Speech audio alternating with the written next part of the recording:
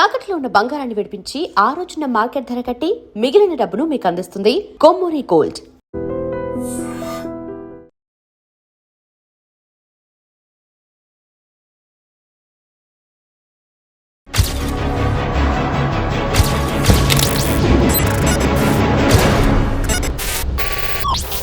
అసలు జంతన్ సర్కార్ మాజీ ప్రెసిడెంట్ ఆవిడే ఈ వారం మన గెస్ట్. పేరు సోని అలియాస్ గంగా.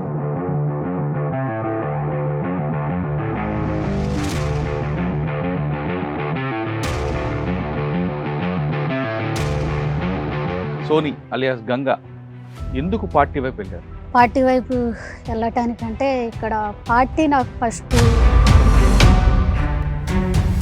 మీటింగ్ చేయటం, పాటలు పాడటం ఇవన్నీ చేసేసరికి ఇక మేము 2001 వచ్చేసరికి నేను ఓ 50 గ్రామాలు ఉంటాయి, ఆ 50 గ్రామాలకి నేను అధ్యక్షురాలుగా ఎన్నుకున్నాను. దాని నిర్మాణం ఏముంటుందమ్మా, అందులో శాఖలు ఏంటి? కానీ ఈ సర్కార్ అంటే ఏందో అసలు తెలియదు నాకు. అది ఎట్లుంటుంది తెలియదు, ఎట్లా మీటింగ్ చేసుడు తెలియదు, ఏం తెలియదు. 6 శాఖలు. 1 రక్షణ శాఖ, వ్యవసాయ శాఖ, వైద్యం, న్యాయశాఖ అంటాం. మన ఊర్లో ఏమైనా గొడవలు అయితే అడవి రక్షణ కోసం, ఈ విద్యా సంస్కృతి, ఈ 6 శాఖల ఫస్ట్ మా అప్పుడు ఫస్ట్ నుండి బడ్జెట్ ఏమి లేదు. అప్పటికి బడ్జెట్ ఎట్లా నడపాలనేది కూడా తెలియదు. 6 శాఖలు ఎక్కువ దేనికి ప్రాధాన్యత ఇచ్చేవారు? మేము 6 శాఖలలో ప్రాధాన్యత ఇచ్చేది కృషి.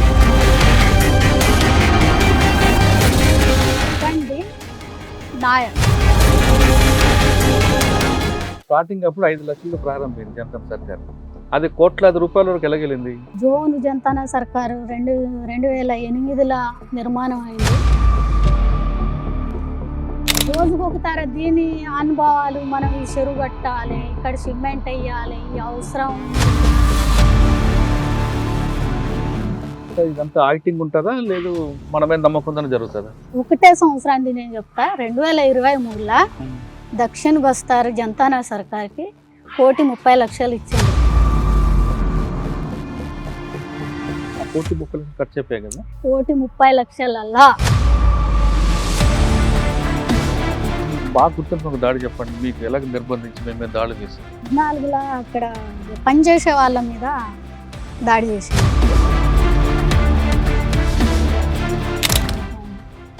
ఇక ఈ పారిపోయే టైంలో అంత నిర్బంధం వచ్చిన ఈ జంతన్ సార్ ఎలా నడిపించుకొచ్చారు? అది చెప్తే ఎట్లా నడిపించామని మాకే అర్థం కాకుండా జంతన్ సర్కారు నడిపించే టైంలోనే అటు సల్వాజూడు వచ్చింది. సల్వాజూడు వచ్చి కానీ దండకారణలో ఎప్పుడైనా ఎన్నికలు జరిగితే కనీసం బుల్లెట్ సౌండ్ లేకుండా మాత్రం ఎప్పుడు ప్రసన్న జరగలేదు. ఎందుకు? అంటే అది పార్టీ తీసుకున్నది నిర్ణయం గనక అది మేమే చేసామని కాదు. పార్టీ మావోయిస్ట్ పార్టీ పూర్తిగా సాయుధ పోరాటం అంటుంది. మరి ఇద్దరి మధ్యన కొంచెం గ్యాప్ వస్తుంది. ఆ గ్యాప్ని ఎప్పుడైనా తప్పు అని వాళ్ళని కానీ లేదా రైట్ అని మీరండం కానీ జరిగిందేమన్నా వాదోపాదాలు? వాదాలు అంటే దీంట్లో మేము కింద పనిచేసేటోళ్ళము, అంటే ఏం పెద్ద వాదన మేము చేయలేదు. తుపాకుతోటి రోజు దాడే చేద్దామని ఏం లేదు, ఎక్కడ రాసలేదు కానీ జరిగేవి కదా. కాల్పులు జరిగినాయి. ఆ కాల్పులు ఎలాంటి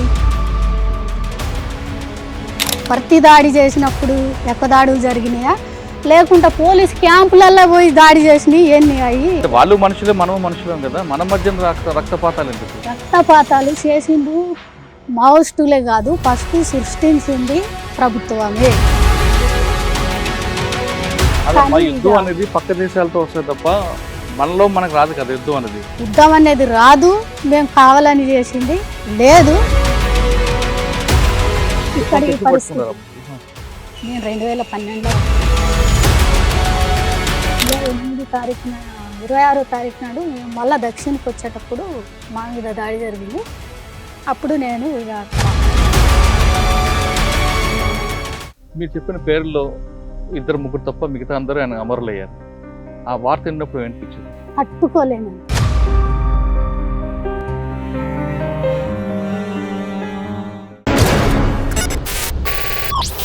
welcome to iDream. Maoist party దండకారణలు ఏం చేస్తామని చెప్తే ముందుగా చెప్పేది జనతన్ సర్కార్. జనతన్ సర్కార్ ఏర్పాటు చేయడం కాకుండా అక్కడ ఆదివాసుల్లో అభివృద్ధి కోసం చాలా కృషి చేశాం, దానికోసం కోట్లాది రూపాయల బడ్జెట్ ఖర్చు పెట్టామంటూ వాళ్ళు చెప్తుంటారు. అసలు జనతన్ సర్కార్ ఎందుకు వచ్చింది, జనతన్ సర్కార్కి బడ్జెట్ ఎంత రూపకల్పన చేశారు, జనతన్ సర్కార్ చేసిన కార్యక్రమాలు ఏంటి, ఆ విషయాలను తెలుసుకోవాలంటే అసలు జనతన్ సర్కార్ మాజీ ప్రెసిడెంట్ ఆవిడే ఈ వారం మన గెస్ట్. పేరు సోను అలియాస్ గంగా. ఛత్తీస్గఢ్ సుక్మా జిల్లా చెందిన గంగా గారు దండకారణలో చాలా కాలం పాటు పనిచేశారు. ఇటీవల సరెండర్లో ఆవిడ కూడా వచ్చారు. అసలు ఛత్తీస్గఢ్లో దండకార్యాలు ముఖ్యంగా జనతన్ సర్కార్ ఎలాంటి కార్యక్రమాలు చేపట్టింది, దానివల్ల ఆదివాసీలకి ఎలాంటి డెవలప్మెంట్ వచ్చాయి, ముఖ్యంగా మహిళలు నిర్వహించే బ్యాంకులు ఎలాగుంటే, మహిళలు నిర్వహించిన శాఖలు ఏ విధంగా ఉన్న విషయాన్ని గంగా అలియాస్ సోని నడి తెలుసుకున్నాం. అమ్మ నమస్తే. నమస్తే. సోని అలియాస్ గంగా దండకార్యంలో జనతన్ సర్కార్ మాజీ ప్రెసిడెంట్. ఇంకా గట్టిగా చెప్పాలంటే ముప్పాల లక్ష్మణరావు అలియాస్ గణపతి గారికి ఇష్టమైన వ్యక్తి మీరు. అసలు జనతన్ సర్కార్ పెట్టాలని ఆలోచన ఎందుకు వచ్చింది, పెట్టిన తర్వాత అందులో ఎలాంటి కార్యక్రమాలు చేశారు, అంటే కేవలం వ్యవసాయమైనా, స్కూల్ నడపడమైనా, ఇంకేమైనా చేసేవారా? అసలు మీకు పార్టీలకు వెళ్ళిన తర్వాత జనతన్ సర్కార్ ప్రెసిడెంట్గా అవ్వాలని ఎవరు తీర్మానం చేశారు, ఆ కార్యక్రమం గురించి చెప్పే ముందు సోని అలియాస్ గంగా ఎందుకు పార్టీ వైపు వెళ్ళారు? పార్టీ వైపు వెళ్ళటానికంటే ఇక్కడ పార్టీ నాకు ఫస్ట్ నేను చిన్నప్పటి నుండే పరిచయం. అంటే ఊళ్ళోకి వచ్చి మీటింగ్ చేసుడు. ఏ ఊరమ్మా? మాది ధర్మపెంట, సుక్మా డిస్టిక్.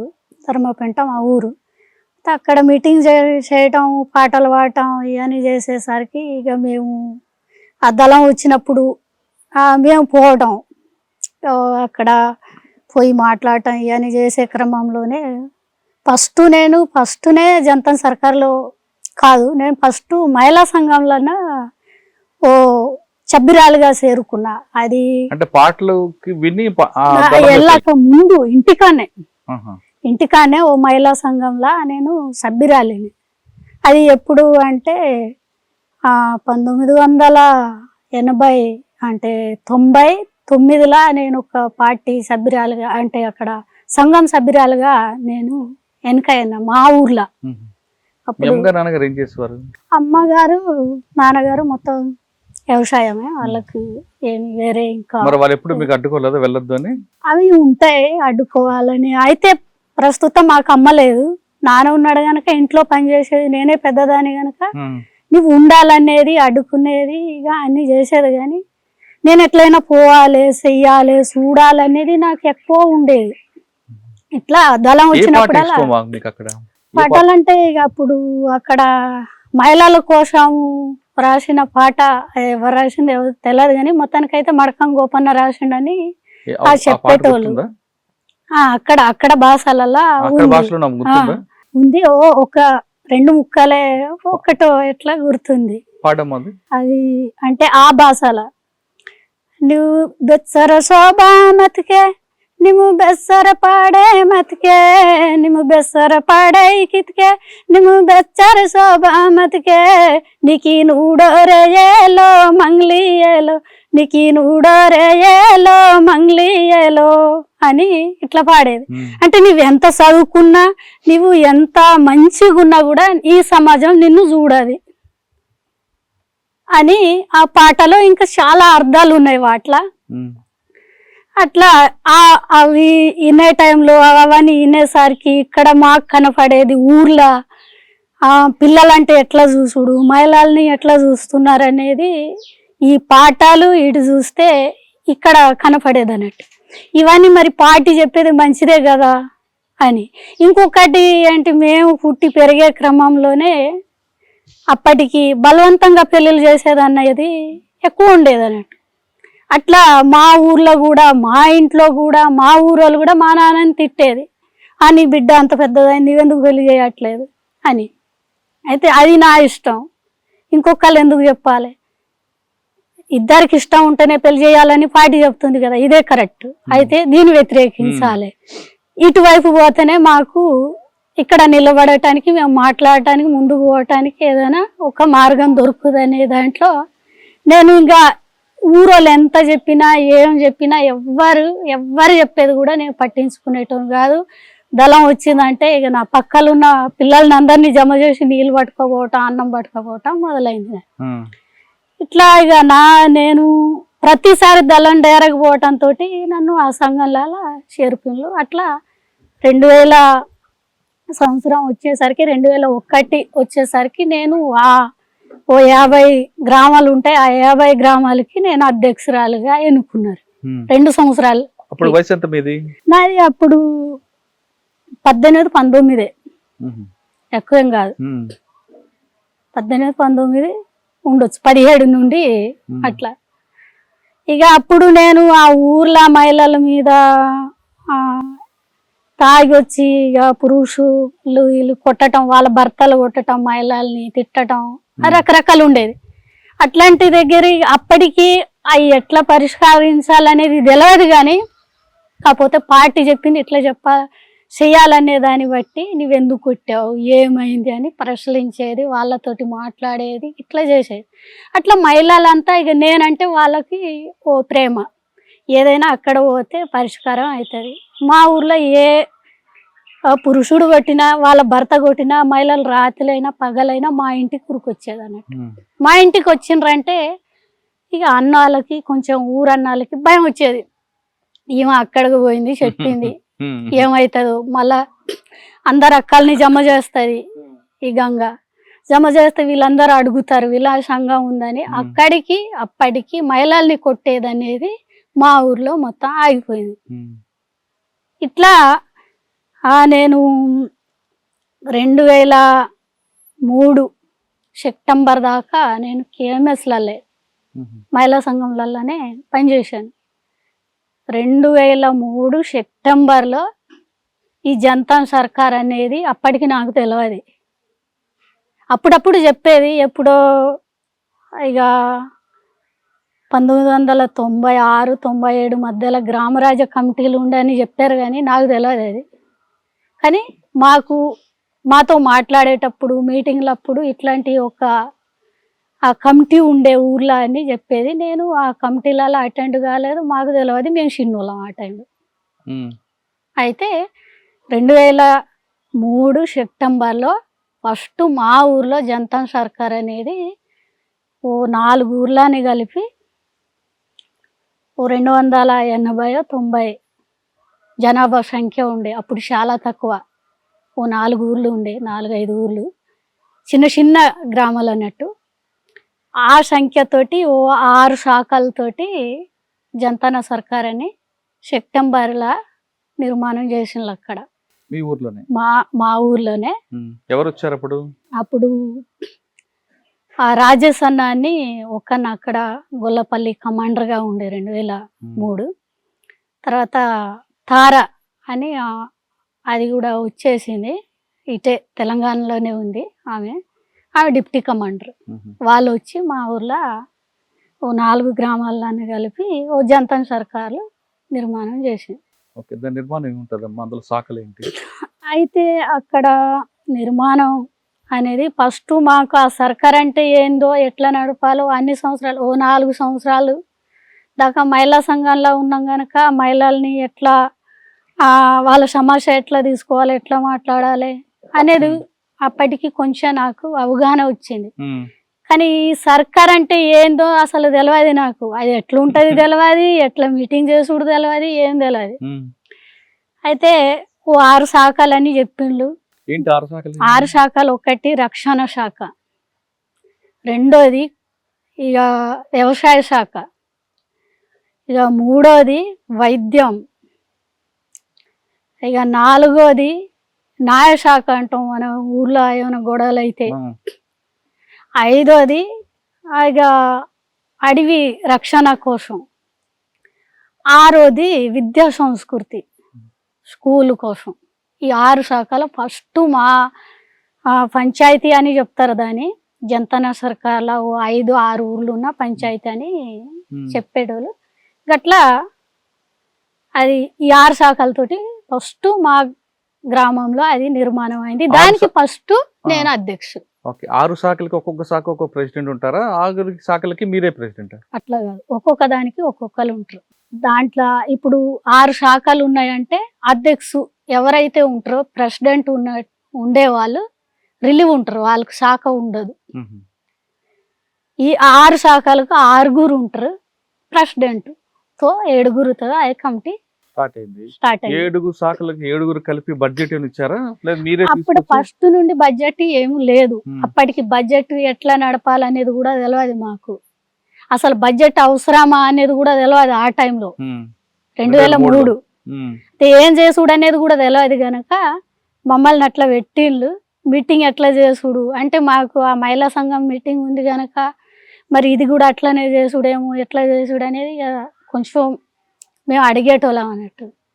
అంటే ఓ నెల రోజులకు ఒక్కసారి మీరు మీటింగ్ చేయాలి, మీటింగ్ చేస్తే మరి ఏ విషయంలో మీటింగ్ చేసుకోవాలి అంటే ఇక అక్కడ ఈ న్యాయశాఖ వీళ్ళు న్యాయశాఖ బాధ్యత ఉన్నవాళ్ళు ఆ శాఖ అధ్యక్షులు వాళ్ళు చేసే పని ఏమంటే ఆ 4 గ్రామాలలో ఎవరైనా మధ్యలో కుటుంబాల మధ్యలో గొడవలు వస్తే ఇక లేకుండా మహిళల్ని అప్పటికి కూడా కొన్ని ఉండే కొట్టడం తిట్టడం అనేది ఇట్లాంటివి ఉంటే ఇక దగ్గర ఉన్న భూములు సరిహద్దులు అంటే వాళ్ళ మధ్యలో వచ్చే గొడవలు ఇట్లాంటివి పరిష్కారం చేసేది, మాట్లాడేది కూడా వాళ్ళు. ఇక మిగతాది అప్పటికి ఇక అడవి కోశ అంటే ఇక అడవి కూడా ఏం చేసుడు ఎంత అవసరమో అంత ఎవరికి అవసరం అనేది అడిగి ఆ కర్రలు తీసుకోవాలి, మనం నిర్ణయించుకొని కర్రలు తీసుకోవాలి. ఇక ఇష్టం వచ్చినట్టు హద్దులు పెట్టుకోవాలా. తర్వాత ఈ ఇల్లు కట్టడానికి కానీ దీనికి ఇక ఇష్టం వచ్చినట్టు నరికేసి పడేయకుండా మనకి ఎంత అవసరమో అంతే తీసుకోవాలి. అమ్మొద్దు, మన నుండి అమ్మొద్దు. మనకు ఎంత ఇష్టం ఎంత అవసరమో అంత మన ఇంటికి తెచ్చి మనం ఉపయోగించాలి కానీ అమ్మొద్దు. ఈ 6 శాఖల విధులు ఏంటుంటాయమ్మా? విధులు ఇప్పుడు ఈ రక్షణ శాఖ అనేది ఊర్లో ఇక రక్షణ కోసం ఆ పంచాయతీ రక్షణ కోసం అది పనిచేస్తుంది. ఆ శాఖ కింద ఇంకొక 3 ఉంటారు, 4 ఉంటారు. ఆ 4 కలిపితే ఆ శాఖ అధ్యక్షుడు ఇంకా 4 కలిపితే అది ఒక శాఖ అవుతుంది. ప్రతిది కూడా ఓ 3 తోటి ఆ శాఖ పెట్టాలంటే ఆ శాఖ అధ్యక్షుడు ఒక్కడు ఇంకిద్దరిని కలిపితే ఒక శాఖ అవుతుంది. వాళ్ళ మీద మీరు 6 శాఖల మీద ఆ కింద ఉన్న వాళ్ళ మీద మేము. ఆయుధాలు అప్పుడు గ్రామాల్లో ఉన్నప్పుడు ఏం ఆయుధాలు ఉండే అన్న ఉండే గ్రామాల నేనే కాదు ఇప్పుడు కూడా పంచాయతీ ఇస్తారనేది కింది లెవెల్లో ఉన్న వాళ్ళకి ఎవరికి ఆయుధాలు ఉండే, వాళ్ళు గ్రామాలలోనే ఉంటారు, పనిచేస్తారు. 2003లో ప్రారంభించారు. అవును. తర్వాత ఎంతకాలం వెళ్ళింది అలా? అది 2003లో మేము అక్కడ నిర్ణయించుకున్నారంటే ఇక 2004 మళ్ళా అక్టోబర్లలో నేను 2004 జూన్లో ఇక్కడ మనుగురు వచ్చాము. మాకు చుట్టాలు ఉన్నారు అక్కడ, ఓ దేవుడు ఉంటుంది. అప్పుడు దేవుని నమ్మేది నేను. అక్కడ వచ్చేది, అక్కడ వచ్చాక ఆ దేవుని దగ్గర కాదు అప్పుడు 2003లో లేదు, అప్పుడు ఇంటికానే ఉన్నా నేను, ఇంటికానే ఉన్నా. అయితే అక్కడ వచ్చేసరికి మనుగురులో నన్ను పట్టుకున్నారు 2004 పోలీసు వాళ్ళు. అయితే తెలంగాణలో అప్పుడు చర్చలు రాజశేఖర రెడ్డి ఉన్నప్పుడు అట్లా వీళ్ళు నన్ను అరెస్ట్ చేయడానికి కుదరదు, జైలుకు పంపడానికి కుదరదు. ఏదైనా నీవు ఒకటి చెప్పేస్తే మేము సలాన్ రైన్ చూపెడతామని అడుగుతున్నారు, అది ఒకటే. అయితే నాకు ఏం తెలియదు, పంపితే మా ఛత్తీస్గఢ్కి పంపండి, లేదంటే అరెస్ట్ చేయండి, లేదంటే వదిలిపెట్టండి, మీ ఇష్టం, ఏమైనా చేయండి, మీరు 2 రోజులు ఉంచితే 2 రోజులు ఉంటా, నాకైతే తెలియదు అన్నని. ఓ 3 రోజులు ఉంచిన అక్కడ బండారుగూడెంలో మనుగురు స్టేషన్లో ఉంచి ఇక లాభం లేదని ఇక ఒక ప్రెసిడెంట్ని అక్కడ సర్పంచ్ను పిలిచి ఏమో మీకు తెలుసా అంటే తెలుసు సార్, ఎప్పటికీ మా ఊర్లోకి వస్తూ ఉంటది, ఇక్కడ బంధువులు ఉన్నారు, వాళ్ళ అక్క ఉంది ఇక్కడ, ఆమె నక్సలైట్ కాదు, ఎందుకు పట్టుకున్నారు మీరు అన్నారు. లేదు నక్సలైట్ అంట మాకు తెలుసు అంటే, తెలుసు అంటే అరెస్ట్ అనే చేయాలి, ఎందుకు పెట్టుకొని ఉన్నారు మీరు స్టేషన్లో అని అంటే, నీకు ఎట్లా తెలుసు నక్సలైట్ కాదని?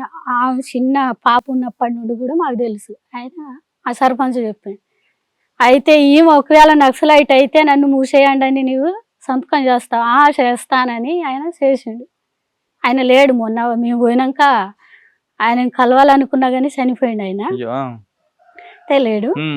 ఆయన ఈ ఒకవేళ నక్సలైట్ అయితే నన్ను జైల్లో పెట్టొచ్చు అని ఆయన సంతకం చేసి తీసుకొచ్చిండు నన్ను. తీసుకొచ్చి అమ్మ నువ్వు ఇంటికి వెళ్ళిపో, ఇక్కడ మంచి లేదు, నిన్ను ఉత్తగా పట్టుకోలేదు, నువ్వు పలానా వ్యక్తి నిన్ను పట్టించుకున్నాడు, మాకు తెలుసు, ఎందుకు వస్తున్నారు, ఆయన దగ్గరికి ఎందుకు పోతారు మీరు డాక్టర్ అని అని చెప్పిండు. మాకు తెలియదు సార్, మేము వచ్చామని. అట్లా ఇది చూసి ఇక తర్వాత మన గాజురాల అశోక్ అన్న ఉండే అప్పుడు మా ఏరియాలో ఏసీ సచివ్ కిష్టారం ఏరియా. అయ్యి అప్పుడు తను వచ్చి ఇప్పుడు నీకు ఇక్కడ ఉండటానికి స్థలం లేదు, ఎట్లయినా నువ్వు పార్టీలో రావాల్సిందే, ఇక్కడ ఉంటే ఇంకొక దగ్గర అరెస్ట్ అవుతావు, జైలు పాలవుతావు ఇక అని ఫస్ట్ పిలిచి చెప్పిండు. ఆహాహా ఇంటికాడ ఎవరు లేరు, అందరు చిన్నోళ్ళు ఉన్నారు, నేను రాను, మా నాన్న బాధపడతాడు కనుక నేను రాను, పార్టీలో ఇంటికానే ఉండి పని చేస్తా అని నేనన్నా. అయితే మీటింగ్ అని పిలిచిండు నన్ను, మీటింగ్ చేద్దాము, మీ పంచాయతీ సర్కార్ మీటింగ్ చేద్దాం రమ్మన్నాడు. ఓకే నేను మీటింగ్ చేస్తారనుకున్నా, వేరే ఊళ్ళకి తీసుకెళ్ళండి, ఇప్పుడు నువ్వు పోయేది లేదు, ఇక్కడే ఉండాలని 15 రోజులు వాళ్ళ దగ్గరే ఇక నన్ను ఉంచిండ్రు అక్కడే. ఇక నేను వస్తాననే దాకా అడిగిండ్రు అందరు, ఓకే ఇప్పుడు వచ్చేస్తా అని చెప్పా. వాళ్ళ ఊళ్ళకి తీసుకెళ్ళి అందరు ఇక నేను పోతున్నా, ఎందుకంటే ఆ పంచాయతీ ప్రెసిడెంట్ గనక చెప్పాలి, చెప్పకుండా వస్తే కుదరదు. కమిటీని అంతా మొత్తం జమ చేసి ఇక తీసుకెళ్తున్నాం గంగక్కను ఇయ్యాల అని చెప్తే ఆ రోజు తీసుకొచ్చిండ్రు. 2004లో పార్టీలోకి వెళ్ళారు. అక్టోబర్ 18వ తారీఖు నాడు వచ్చారు. పార్టీలోకి వెళ్ళారా? ఎక్కడ తిరిగారు అప్పుడు? అప్పుడు గొల్లపల్లిలోనే ఎల్ఓషు, గొల్లపల్లి ఎల్ఓషు ఉండే, అక్కడ ఉండేది. కానీ ఆ గొల్లపల్లి ఎల్ఓఎస్ పరిధిలో పనిచేసేది, కానీ నేను ఆ జంతన్ సర్కార్ పనే చేసేది. మళ్ళీ అదే పంచాయతీలో ప్రెసిడెంట్గానే ఉండి పనిచేసేది, సివిల్గానే ఉండేది, ఎలాంటి వెపన్స్ కానీ ఏమీ లేవు. అయితే అదే సంవత్సరం పార్టీలో వెళ్ళాను. అక్టోబర్ 18వ తేదీలో పోయినా నేను. అదే సంవత్సరము కిష్టారం ఏరియా జంతన సర్కారు నిర్మాణం అయింది డిసెంబర్ లాస్ట్న ఫస్ట్న ఆ జంతన సర్కార్ ఏర్పడ్డది, ఏరియా జంతన సర్కార్. ఆ దక్షిణ బస్తర డిజైన్ కాదు కదా, దండకార్యంలోనే ఫస్ట్ జంతన సర్కారు కిష్టారంలో నిర్మాణం అయింది, ఏరియా జంతన సర్కార్. అక్కడ అప్పటికి నాకు ఎలాంటి చదువు అనేది రాసేది అక్షరాలు కూడా తెలియదు. అక్కడ నన్ను ఆ ఉపాధ్యక్షుగా ఎన్నుకున్నారు. ఆ రాజేష్ అన్న అధ్యక్షు, నేను ఉపాధ్యక్షు. నేను అక్కడ ఒకటే మొండికేశాను, ఈ సర్కార్ అంటే ఏదో నాకు తెలియదు, నాకేదో ఆ మహిళా సంఘం ఇవ్వండి అది పనిచేస్తా, కానీ ఇది ఏంది ఎట్లా అసలు ఏమీ అర్థం కావట్లేదు. మళ్ళీ తీసుకొచ్చిండ్రు, ఇంత పెద్ద ఒక ఏరియాని తిరగాలని పెడుతున్నారు, ఇది నా వల్ల కాదని ఇక నేను అస్సలు ఒప్పుకోలేదు. 3 రోజులు పట్టింది, ఆ సభ అంతా అయిపోతుంది, ఎన్నుకునే టైం వచ్చింది. ఇక రామన్న నాతో ప్రత్యేకంగా కూర్చున్నాడు, 2 గంటలు పట్టింది నన్ను ఒప్పించడానికి. అమరుడైన రామన్న, నేనుంటా, నీకేం అవసరం ఉన్నా నేను నేర్పుతా, నేను చెప్తా, నువ్వు చెయ్యగలవు, నువ్వు చేస్తావని మాకు నమ్మకం ఉంది అని 2 గంటల సేపు నాతో మాట్లాడి ఒప్పించండి. ఓకే మీరు ఎట్లా చెప్పిండ్రు అట్లా నాకు నేర్పకపోతే నేను ఉండాను, మధ్యలో కూడా నేను ఉండానని చెప్తా అని చెప్పా. అయితే ఆఖరికి ఎన్నుకున్నారు అక్కడ. ఇక అందరు మెజారిటీ కూడా ఒప్పుకున్నారు నన్ను. అంటే రామన్న మీకు బాగా ఒప్పించారు.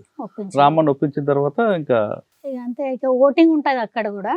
ఇట్లా ఈ పలాను కామ్రేడ్స్ ను ఇక ఎన్నుకోవాలని అనుకుంటున్నా, ఫస్ట్ కదా ఎన్నుకోవటం ఎట్లా అనేది కూడా తెలియదు ఆ టైంలో అని చెప్పేసరికి ఇక అందరూ ఓటింగ్ వేసిండ్రు. ఓటింగ్ అంటే ఇక మనం ఈ ఓటింగ్ కాకుండా అక్కడ ఇట్లా కామ్రేడ్ గా ఇక చెయ్యి ఇట్లా వస్తే అవి లెక్క పెడతారు అన్నట్టు, ఎన్ని ఓటింగ్లు వచ్చేది, ఎంతమంది ఓటు వేయలేదని లెక్క వేసుకుంటారు.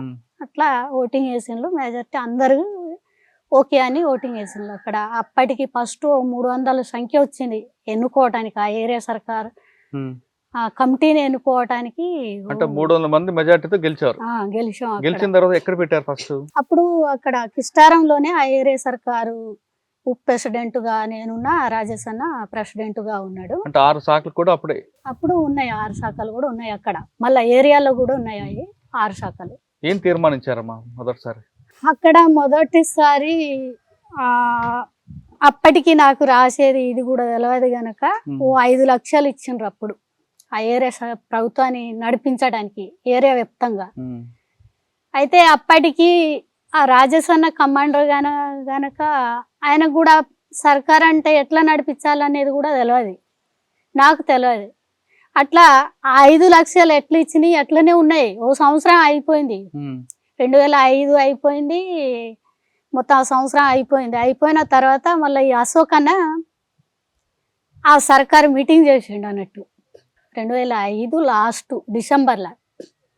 అంటే మేమేం ఖర్చు పెట్టలే, ఈ చెరువులు కుంటాలు అని ఇట్లాంటి ప్రచారం చేసాము. ఇక అక్కడక్కడ ఓషన్లు ఈ సమిష్టి వ్యవసాయం చేయాలని, ఇక చల్లాలి అని, అంటే ఒడ్లు చల్లాలి, ఇట్లాంటి కార్యక్రమాలు ఇక ఫస్ట్ నుండి సంఘాలు కూడా తీసుకున్నాయి కనుక ఇక దాంట్లో మేము కూడా పాల్గొన్నాము. ప్రచారం చేయటం, మీటింగ్ చేయటం చేస్తే అవి నడుస్తున్నాయి. అప్పటికి డబ్బులతో డబ్బులు ఇస్తేనే పని చేస్తాం అనే అవసరం ఏమీ లేదు. అయితే ఎక్కడ ఖర్చు పెట్టాలి అనేది మాకు కూడా లేదు. ఇక తర్వాత లాస్ట్కి ఒక మీటింగ్ చేసి కొన్ని మాకు గొడ్లు లేవు దున్నటానికని చెప్పిండ్లు. తర్వాత ఓ 4-5 బావులు తవ్విన దగ్గర సిమెంట్ వేయాలని వచ్చింది కింది నుండి. వాటిని బట్టి ఓ 2 లక్షలు తీసి ఓ 1 లక్ష గొడ్ల కోసం ఇచ్చాము. ఓ తూములు కానీ సిమెంట్ కోసం ఓ 1 లక్ష రూపాయలు పంచిపెట్టే 3 లక్షలు అట్లనే ఉండే. 2 లక్షల రూపాయలు ఎవరు కొనుక్కొచ్చారు? బయటికి వెళ్ళి గ్రామాల వాళ్ళగా ఉంటారు. అక్కడికి పలాని ఎక్కడెక్కడ పని ఉందని చూసి మాకు డబ్బులు అవసరం ఉంది అంటే ఇక ఆ పంచాయతీకి సిమెంట్ దీనికి ఎంత అవుతుంది, ఆ బావు కట్టాలంటే ఎంత సిమెంట్ ఎన్ని కట్టాలు పడుతుంది అని లెక్క చేసి డబ్బులు ఆ పంచాయతీ సర్కార్కి ఇవ్వాలి. ఏరియా సర్కారు నుండి మనమే డైరెక్ట్ మళ్ళీ పోయి ఇచ్చుడు ఉండదు. పోయి ఆ పంచాయతీ సర్కార్కి ఇస్తే ఆ పంచాయతీ సర్కారు వాళ్ళు మీటింగ్ చేసి ఆ డబ్బులు మేము ఇచ్చినవి అన్ని ఉన్నాయా లేవా మేము రాసి ఇస్తాం. ఇన్ని ఉన్నాయి మీకు, ఓ 30,000 వచ్చాయా లేకుంటే 50,000 వచ్చాయని రాసి పెడతాం అక్కడ. కానీ మరి మీరు ఇచ్చారు కదా, గవర్నమెంట్ ఇవ్వలేదా అప్పుడు? ఏ గవర్నమెంట్? మేమే గవర్నమెంట్. ఛత్తీస్గఢ్ గవర్నమెంట్ అప్పటికి లేదు, అప్పటికి ఎలాంటిది లేదు అక్కడ, ఎలాంటిది లేదు. అది కూడా చెప్తా నేను తర్వాత అయిపోయినాక. ఈ జనతన సర్కారు పార్టీ నిర్మాణం సంఘాల నిర్మాణం కాకముందు ఆ ఏరియాలో ఎన్ని బావులు ఉండే ఎన్ని చెరువులు ఉన్నాయని కూడా చెప్పగలను. అంటే మీరు 2004లో ప్రారంభించారు, ఆశకు వచ్చారు, చూసారు, అక్కడ ప్రజలు ఆదరించారు మిమ్మల్ని. అప్పటికి ఇక సంఘాలు అన్ని గ్రామాలు ఉన్నాయి. మొత్తం ఆ ఏరియాలో కిష్టారం ఏరియాలో 15 పంచాయతీ సర్కార్లో ఉండే. 15 పంచాయతీ సర్కార్ల కింద పంచాయతీలు సర్కార్ల నిర్మాణం అయిన తర్వాత ఏరియా జనతాన సర్కారు నిర్మాణం అయింది. అది మొత్తం ఏరియా వ్యాప్తంగా 21,000 సిల్లారు జనం సంఖ్య. అంటే కిష్టారం స్టార్ట్ అయింది, అలా అలా పెరుగుకుంటూ వచ్చింది. ఎక్కువ ఏమి దీంట్లో ఉంది?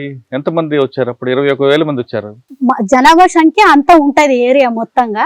ఎన్నుకోవటం సమయంలో దండకార్యం మొత్తం జనతా సర్కార్ పెట్టడానికి ఎంతకాలం పట్టింది? పట్టింది అంటే అటు ఉత్తర వైపు ఏ టైంలో పెట్టిండ్లు అనేది నాకు తెలియదు. నేను ఇక్కడ దాకా అయితే చెప్పగలను. అక్కడ 6 శాఖలు ఎక్కువ దేనికి ప్రాధాన్యత ఇచ్చేవారు మీరు? మేము 6 శాఖలలో ప్రాధాన్యం ఇచ్చేది కృషి. అప్పటికి ఆ టైం ఫస్ట్ టైంలో కూడా కృషి శాఖ, సెకండ్ది న్యాయం, పంచులు అలా గొడవలు న్యాయం చేసుడు, ఇక మూడోది ఆ అడవి రక్షణ అవసరాలు, ఏది అవసరం ఏది ఎన్ని కొట్టుకోవాలి ఎన్ని నరకాలి ఏది అనేది. తర్వాత ఇంకా ఇక మూడోది నాలుగోది వచ్చేసరికి ఈ స్కూల్ సంస్కృతి అనేది. అప్పటికి స్కూల్ నడపడానికి అక్కడ చదువుకున్న వాళ్ళు చాలా తక్కువ గనక ఆ టీచర్లు దొరికేది కాదు మేము పెట్టడానికి వేయడానికి అక్కడ. అయితే కేవలం సంస్కృతి పరంగా ఎలాంటి అక్కడ ఉన్న ఆదివాసీలలో ఉన్న సంస్కృతులు కొంత మంచిగా ఉన్నాయి, కొన్ని కొంచెం అక్కడ సమాజానికి ఉపయోగపడని కూడా ఉన్నాయి. అది ఏది మంచిది ఏది చెడ్డది అనేది దాని జనానికి చెప్పడం, ఇది మనం ఉపయోగించదలసింది, ఇది మనకు అవసరం లేదు, మీరు ఆలోచించండి. పండగలు కూడా ఎక్కువ చేసేది, ఎక్కువ రోజులు చేసేది, ఒక్క రోజులు 1 గంటకు అయిపోయేదాన్ని 3 రోజులు చేయడం, టైం వేస్ట్ అయిపోతుంది అని. ఇవన్నీ మొత్తము దీనికి ఇంత టైం ఉంటే అవుతుంది. పెళ్ళి ఇప్పుడు మురియా సముదాయాన్ని వాళ్ళ దగ్గర ఒక్క పెళ్లి చేయాలంటే వారం రోజులు పట్టేది. అది అంత కాదు, మీరు ఒక 7 రోజులు తీసుకునే దగ్గర ఒక 3 రోజులు తీసుకోండి. ఇట్లా మనకు రోజులు కలిసి వస్తే పని వ్యవసాయం కానీ వాళ్ళ వాళ్ళ చేయడానికి ఆచారాలకు వ్యతిరేకంగా కొన్ని కార్యక్రమాలకు వాళ్ళు ఇబ్బంది పడతారు కదా, పడరు. అటు చెప్పలేదు, వాటికి కొంతమంది అటు ఆ, చెప్తారు కదా. అడ్డు చెప్పేది ఎవరు అంటే అడ్డం వచ్చేది అక్కడ ఊర్లో ఏమంటారు, అది పూజారులు ఉంటారు, ఉమ్, వాళ్ళే అడ్డం వస్తారు. ఉమ్, మిగతా జనం వాటికి చాలా మంది వ్యతిరేకంగా ఉంటారు. ఎందుకంటే 7 రోజులు ఒక పెళ్లి, 8 రోజుల దాకా తాగుకుంటే తిరుగుతుంటే ఉంటే మరి పని ఉంటది కదా. ఆ. కాదమ్మా, సాధారణంగా వ్యవసాయం మీద ఎక్కువ ప్రాధాన్యత ఇస్తారు కదా, మరి మీరేంటి రివర్స్ లో వచ్చారు మేము అక్కడ? మేము రివాసు రాలేదు, అక్కడ ఫస్ట్ జొన్నలు చల్లేది ఉమ్, మా ఊర్లో కూడా. మేము పెద్ద అయ్యేదాకా ఉమ్, చెప్పాలంటే 2010 దాకా కూడా ఎక్కువ జొన్నలు చల్లేది మా ఊర్లో. నూగులు కందులు గివే జొన్నలు. అయితే మేము అక్కడ అంతకు ముందు ఫస్ట్ పార్టీ పోయిన తర్వాత ఎక్కడ చెరువులు లేవు, కుంటలు లేవు. పార్టీ పోయినాక ఉమ్, అక్కడ ఫస్ట్ సంఘాలు ఏర్పాటు చేసి, తర్వాత ఫారెస్ట్ వాళ్ళు అక్కడ ఒక్క కట్టె కూడా ముట్టనిచ్చేది కాదు ఉమ్, ఆ టైంలో. వాళ్ళతోటి పంచాయతీలు పెట్టి, ఊరు జనంతో వాళ్ళతోటి పంచాయతీలు పెట్టేసరికి వాళ్ళు వెళ్ళిపోయిండు ఉమ్, సిటీలకు. తర్వాత ఫస్ట్ నినాదం అడిగొట్టండి పొలం చేయండి అని ఫస్ట్ నినాదం మేము ఇంత ఉన్నప్పుడు. ఉమ్, అప్పటికి తినేది లేదు, అడిగి పండ్లే సేకరించి తినుడు. వాళ్ళ దగ్గర ఏమైనా పని చేస్తే అక్కడ బియ్యం ఇస్తే తీసుకొచ్చి తినడం తప్ప అది మీ చల్లే బాల్యం తక్కువే. గురించి చెప్తున్నారు ఆ. జనతా సర్కార్. అదే అక్కడ మొదలైంది. అప్పుడు చెరువులు కుంటాలు ఇట్లాంటి ఓషన్లు గనక ఈ చల్లటం అనేది ఒడ్లు వండించేది అనేది వచ్చింది, అక్కడ మొదలైంది. దాని కానీ అప్పటికే మీరు చెరువులు కుంటలు చెక్ డ్యాములు పెట్టుకుని నేర్పుతున్నారు మంచిదే. కానీ అప్పటికి వ్యవసాయం అనేది టెక్నాలజీ ఎంటర్ అయింది. మీరు కేవలం దండకారు వరకు ఉండిపోయారు, కానీ బయట చుట్టుపక్కల తీసుకుంటే టెక్నాలజీ వచ్చింది. తొందరగా వ్యవసాయం చేయడం, సంవత్సరాలు 2 పంటలు పండించడం, అది కూడా కమర్షియల్ చేయడం, ఇవన్నీ నేర్పారు వాళ్ళకి. 2 పంటలు పండాలంటే నీళ్ళు ఉండాలి. ఇక్కడ 2 పంటలు పండుతున్నాయంటే కరెంట్ ఉంది. మరి కరెంట్ అవసరం కదా, మరి కరెంట్ కోసం కాదు కదా, బోరింగ్ కోసం చుట్టూ తిరిగింది. ఫస్ట్ అక్కడ బోరింగ్ కావాలని, తర్వాత బావులు కావాలని మేము కూడా పోయినాం ధర్నా కోసం కుంట. నేను కూడా పోయినా, మాకు బావు కావాలి, బోరింగ్ కావాలి, చెరువు కావాలని. ఎవరు పోయలే అప్పుడు కరెంటే అంటే మీ దగ్గరకు వస్తే మీరు అడ్డుకుంటారు కదా. అడ్డుకున్నది ఎప్పుడు జనతా సర్కార్, జనతా సర్కారు నిర్మాణం అయినాక, ఇక్కడ చెరువులు బావులు తవ్వినాక అప్పుడు మేము పోస్తాం అన్నప్పుడు మేమే చేస్తామని చెప్పింది మొత్తం కరెక్ట్. అంతకు ముందు అయితే ఎలాంటి బావి లేదు, ఎలాంటిది మేము ఇది పెడతామని కూడా లేదు. అప్పటికి సోలార్ తో వాడేవారు కదా మీరు. సోలార్ తర్వాత వచ్చింది, సోలార్ చాలా తర్వాత. అది ఎప్పుడు సోలార్ సిస్టమ్ 2003, అది కూడా బిజాపూర్ జిల్లాలలో వచ్చింది. అది జోగి ముఖ్యమంత్రి ఉన్నప్పుడు, ఆయన కొద్ది కాలమే ఉన్నాడు, అప్పుడు వచ్చింది. కానీ ఆ సోలార్ సిస్టమ్ అప్పటికి వెలుతురు కోసమే, పంట పండించడానికి కాదు. ఆ సోలార్ సిస్టమ్ నేను మీ జనతా సర్కార్లో కొన్ని స్కూల్స్కి వచ్చా. మీరు కట్టిన భవనాలు అన్నాం, కానీ ఆ రూములు చాలా స్ట్రాంగ్గా పక్కాగా ఇప్పుడు కూడా ఉన్నాయి. అంటే అంత పక్కా నిర్మాణం ఎలా చేసుకొచ్చారు? అంటే మీ దగ్గర అప్పటికే ప్లాన్ ఉందా ఏమైనా? అది ప్లాన్ మాది కాదు, జనంది. చాలా చక్కగా వెదురు బొంగులతో స్ట్రాంగ్ గా కట్టారు కదా. అది దళం చేసిన ప్లాన్ కాదు, నేను చేసిన ప్లాన్ కాదు, జనం చేసిన ప్లాన్. వాళ్ళు ఎట్లా కడితే మంచిగా ఉంటుంది, ఎక్కువ రోజులు ఎట్లా ఉండాలనేది అది కట్టిండ్రు. అదే కాకుండా ఫస్ట్ స్కూల్ నిర్మాణం చేసే టైంలో మన రామన్న చాచారి ఉంది, సావిత్రక్క, వాళ్ళ ఊర్లో ఒక బంగ్లం కట్టిండ్రు మంచి. అది ఇప్పుడు కూడా ఉంది. స్కూల్ టీచర్ ఎవరు వచ్చేవారు మీకు? టీచర్లు అంటే అప్పటికి చాలా ఇబ్బంది అన్న టీచర్లు పెట్టేది. ఇక్కడ టీచర్లే లేరు, చదువే లేదు అప్పటికి. పార్టీ వచ్చే ఆ ముందు టైంలో అయితే చదువు లేదు అక్కడ. అట్లా ఈ టీచర్లు దొరికేది కాదు మాకు. 2006-7లో కూడా అంత పెద్దగా ఎవరు దొరికేది కాదు. మరి ఏం చేసేవారు పిల్లలకి? దూరం నుండి చాలా మందిని తీసుకొచ్చాం. ఎక్కడ ఆ మురియా సముదాయ వాళ్ళ కొంచెం ఆ దగ్గర సిటీకి దగ్గర ఉంటారు, సుకుమా దంతెవాడ అటు దగ్గర ఉంటారు కదా, అక్కడ నుండి కొంతమందిని మేము మాట్లాడి తీసుకొచ్చాం. మా వాళ్ళకి జీతాలు ఇచ్చేవారా? ఇచ్చేవాళ్ళంటే వాళ్ళకు భూమి ఇచ్చిండ్రు. ఓ 3గురికి మేమే పెళ్లిళ్ళు చేసాం. టీచర్లకా? ఎందుకంటే వాళ్ళు ఇక్కడ పాఠాలు చెప్పాలి కనుక కుంటలు పోయించాం, భూమి ఇచ్చాం. ఇక తర్వాత ఆ ఊర్లోనే పాటలు చెప్తాడు కనుక, చదువు చెప్తాడు కనుక ఆయన 8-9 దాకా దుని 2 గంటలు మేము మాట్లాడింది కూడా రోజుకు 4 గంటలు లేకుంటే 3 గంటలనే చెప్పాలి అనేది మేము చెప్పాం. అట్లా తను చెప్పేది. ఫస్ట్ అయితే చాలా తక్కువ. అప్పుడు మన దగ్గర డబ్బులు లేవు, వాళ్ళకి ఇచ్చుడు కూడా ఎక్కడ ఓ 1500-1800 ఇట్లా ఇచ్చేది ఫస్ట్ నెలకి. మనకే లేవు గనక ఇక అట్లా మేము ఒక 4గురిని మా ఏరియా జనతానా సర్కార్ నిర్మాణం అయినాక ఓ 4గురిని అక్కడి నుండి తెచ్చాం ఈ ఏరియాకి టీచర్లుగా. డాక్టర్లు పార్టీ తయారు చేసింది జనతా సర్కార్లు, ఇక్కడే తయారు చేశారు. ఓకే, ఒక స్టార్టింగ్ అప్పుడు 5 లక్షలతో ప్రారంభమైంది జనతా సర్కార్. అది కోట్లాది రూపాయల వరకు ఎలాగెళ్ళింది? తర్వాత దానికి ఇక బడ్జెట్ జోను జనతానా సర్కారు 2008లో నిర్మాణం అయింది.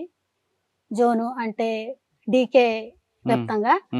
అక్కడ దీనికి ఇక పని కింద వెళ్ళేసరికి ఇక రోజుకొకతార దీని అనుభవాలు, మనం ఈ చెరువు కట్టాలి, ఇక్కడ సిమెంట్ వేయాలి, ఈ అవసరం ఉంది, ఇక జైలుకి వెళ్ళే వాళ్ళు ఉన్నారు, ఒకళ్ళకి ఇల్లు కావాలి, గొడ్లు కొనాలి, ఇట్లాంటి అవసరాలు వచ్చేది.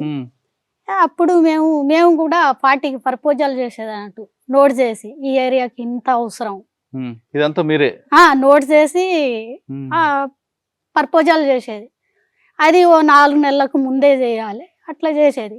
ఇట్లా చేస్తే ఇక మేము 1 కోటి రూపాయలు అడిగిన రోజు ప్రపోజల్ చేసినప్పుడు అక్కడ ఉంటే ఆ రాష్ట్ర కమిటీ దగ్గర ఉంటేనేమో 1 కోటి ఇచ్చేది. లేదు అక్కడ బడ్జెట్ లేదంటే ఓ 80 లక్షలు లేకుంటే 60 లక్షలు కూడా ఇచ్చేది ఓ డిజైన్కి. అవి వచ్చి మళ్ళీ కింద అన్ని శాఖలకి పంపిణీ చేయాలి. ఇట్లా ఇదంతా క్యాష్ ఇచ్చేవారా? కేసేనన్నా. లేదు గోల్డ్ ఇచ్చేవారా? గోల్డ్ లేదు, నేనైతే గోల్డ్ చూసింది కూడా లేదు. గోల్డ్ అంటాండ్రు కానీ నేను గోల్డ్ చూసింది లేదు. క్యాష్ ఇచ్చిన తర్వాత మీరు కింద డివిజన్లు అందరికి లెక్కలు ఇస్తారు కదా, పంచుతారు కదా, అదంతా కూడా రాసుకుంటారా? రాసుకుంటాం. ఈ రాసుకున్న తర్వాత ఇదంతా ఆడిటింగ్ ఉంటుందా, లేదు మన మీద నమ్మకంతో జరుగుతుందా?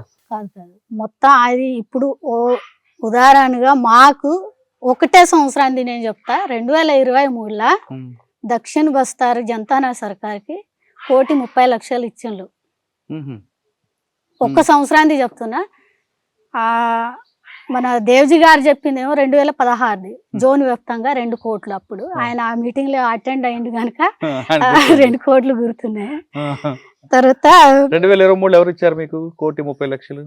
ఇక జోన్ జనతానా సర్కార్ నుండి ఇక తీర్మానం అయింది కనుక మేము 1,40,00,000 పెట్టాం మాకు అవసరం అని. ఈ దేనికి ఎంత అవసరం అని రాసి కూడా ఇచ్చాం మేము. అయితే ఇక అంత లేవు గనక 1,30,00,000 తీసుకోవాలని 1 కోటి అక్కడి నుండి పంపిండ్రు. ఎక్కడి నుండి? ఆ జోన్ నుండి అంటే ఇక ఆ జోన్లలో ఉండాయి, ఆ డివిజన్లలో అక్కడక్కడ ఉంటాయి గనక ఎక్కడి నుండి ఎక్కడ తీసుకోవాలి, ఇక జెడ్సీ నుండి ఇటు ఇస్తారు మాకు. అట్లా ఇక 30 లక్షలు డివిజన్ నుండే ఆ బడ్జెట్ నుండే ఇచ్చేసిండ్రు. అట్లా మాకు 1,30,00,000 ఇచ్చిండ్రు. ఆ 1,30,00,000 ఖర్చు అయిపోయాయి కదా. 1,30,00,000 ఎంత 60 లక్షల దాకా మన కృషి దానికే, మేము వ్యవసాయానికే ప్రాధాన్యత ఇచ్చాం. 60 లక్షల దాకా, 60-70 లక్షల దాకా కూడా దీనికే. మిగతా 60 ఇక స్కూలు, వైద్యం, తర్వాత ఈ ట్రాక్టర్లు ఇవన్నీ ఉన్నాయి. ఆ ఏరియాకు 1 ట్రాక్టర్ ఉంటుంది, ఆయిల్ ఇంజను. ఇక తర్వాత ప్రభుత్వం పెట్టిన బోరింగ్లు అవన్నీ పాడైపోయినాయి.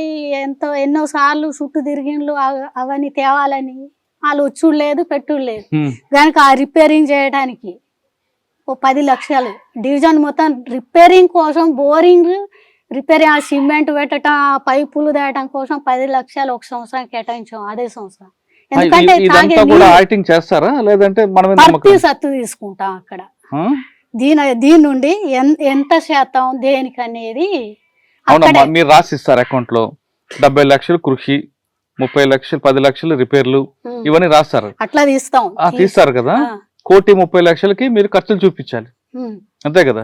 1,30,00,000 ఖర్చుల్ని ఎవరైనా మీకన్నా పై వాళ్ళు చూస్తారా లేదు మీరు చెప్పిందే వేదమా? అట్లేం ఉండదు, చూస్తారు పై వాళ్ళు. ఎవరు పై వాళ్ళు చూసేది? ఇప్పుడు సుజాత అక్క ఉండే మా దగ్గర, మాకు పై తర్వాత డివిజన్ సచివ్ చూస్తాడు. ప్రతి డివిజన్లలో డివిజన్ సెక్రటరీ ఉంటాడు కదా, పార్టీ సెక్రటరీ, ఆయన ఆ మీటింగ్ లో అటెండ్ అవుతాడు, ఈ అకౌంట్ చూస్తాడు. అక్కడ ఏమైనా హెచ్చు తగ్గులు వచ్చినా కూడా చర్చ ఉంటది. ఓ 10 పైసలు తక్కువనా, ఓ రూపాయి తక్కువనా ఎందుకు పోయిందని దానికి రాసి తేవాలి. కొంతమంది అదే డబ్బులు బయట అనుకోండి, నేను పార్టీ గురించి అనట్లేదు, కొంత కమిషన్ కక్కుర్తి పడుతుంటారు, అటువంటి జరుగుతుంటాయా? ఒక్క రూపాయి కూడా తీసుకో. ఇప్పుడు డివిజన్ సర్కార్ నుండి పలానా ఏరియాకి దీనికి ఇన్ని లక్షలని పంపిస్తాం. ఆ ఏరియా సర్కార్ మీటింగ్ అయ్యి ఏ గ్రామ పంచాయతీకి పోవాలో అనేది వాళ్ళు అక్కడ ఆ పంచాయతీ సర్కార్ మీటింగ్ చేసి ఇస్తారు. ఇప్పుడు మేము లెక్క పెట్టింది ఏరే సర్కార్లలో లెక్క పెడతారు, మళ్ళా అవి ఉన్నాయా లేవా అని, ఇక్కడ రాసింది కరెక్ట్ ఉందా లేదని అక్కడ లెక్క పెట్టి వాళ్ళు మళ్ళా కింది గ్రామాలకు పంచుతారు. అవి పంచాయతీ జంతన సర్కార్కి పోతాయి, ఆ కమిటీ లెక్క పెడతది అవి కరెక్ట్ ఉన్నాయా లేవా అని లెక్క పెట్టి అప్పుడు ఆ పనికి ఇస్తారు. సరే, మీరు ప్రభుత్వం లేకుండా సమాంతర ప్రభుత్వం నడిపారు, కానీ ప్రభుత్వం బయట నుంచి మీకు నిర్బంధం పెట్టింది, మిమ్మల్ని ఇన్ని రకాలకు ఇబ్బంది పెట్టాలి, అన్ని రకాలు పెట్టింది. అంత నిర్బంధం మధ్యన ఈ జనతా సార్ ఎలా నడిపించుకొచ్చారు? అది చెప్తే ఎట్లా నడిపించామని మాకే అర్థం కాకుండా అవుతుంది. అయితే ఎన్నో దాడులు, ఈ ప్రభుత్వం ఒక పక్క జనతాన సర్కారు నడిపించే టైంలోనే అటు సల్వాజూడు వచ్చింది. సల్వాజూడు వచ్చి ఒక పక్క ఇల్లుగా కాలబెట్టుడు, సంపుడు, ఇదని చేసుడు, అదంతా ఉన్నా కూడా ఈ జనాన్ని ఇటాటు ఉరికిన పారిపోయిన వాళ్ళనంతా జమ చేసుడు. మీకు బాగా గుర్తుండిపోయిన దాడి చెప్పండి, మీకు ఎలా నిర్బంధించి మేము మీద దాడులు చేశారు? సల్వార్ జూడం కానీ లేదా ప్రభుత్వం వైపు నుంచి కానీ?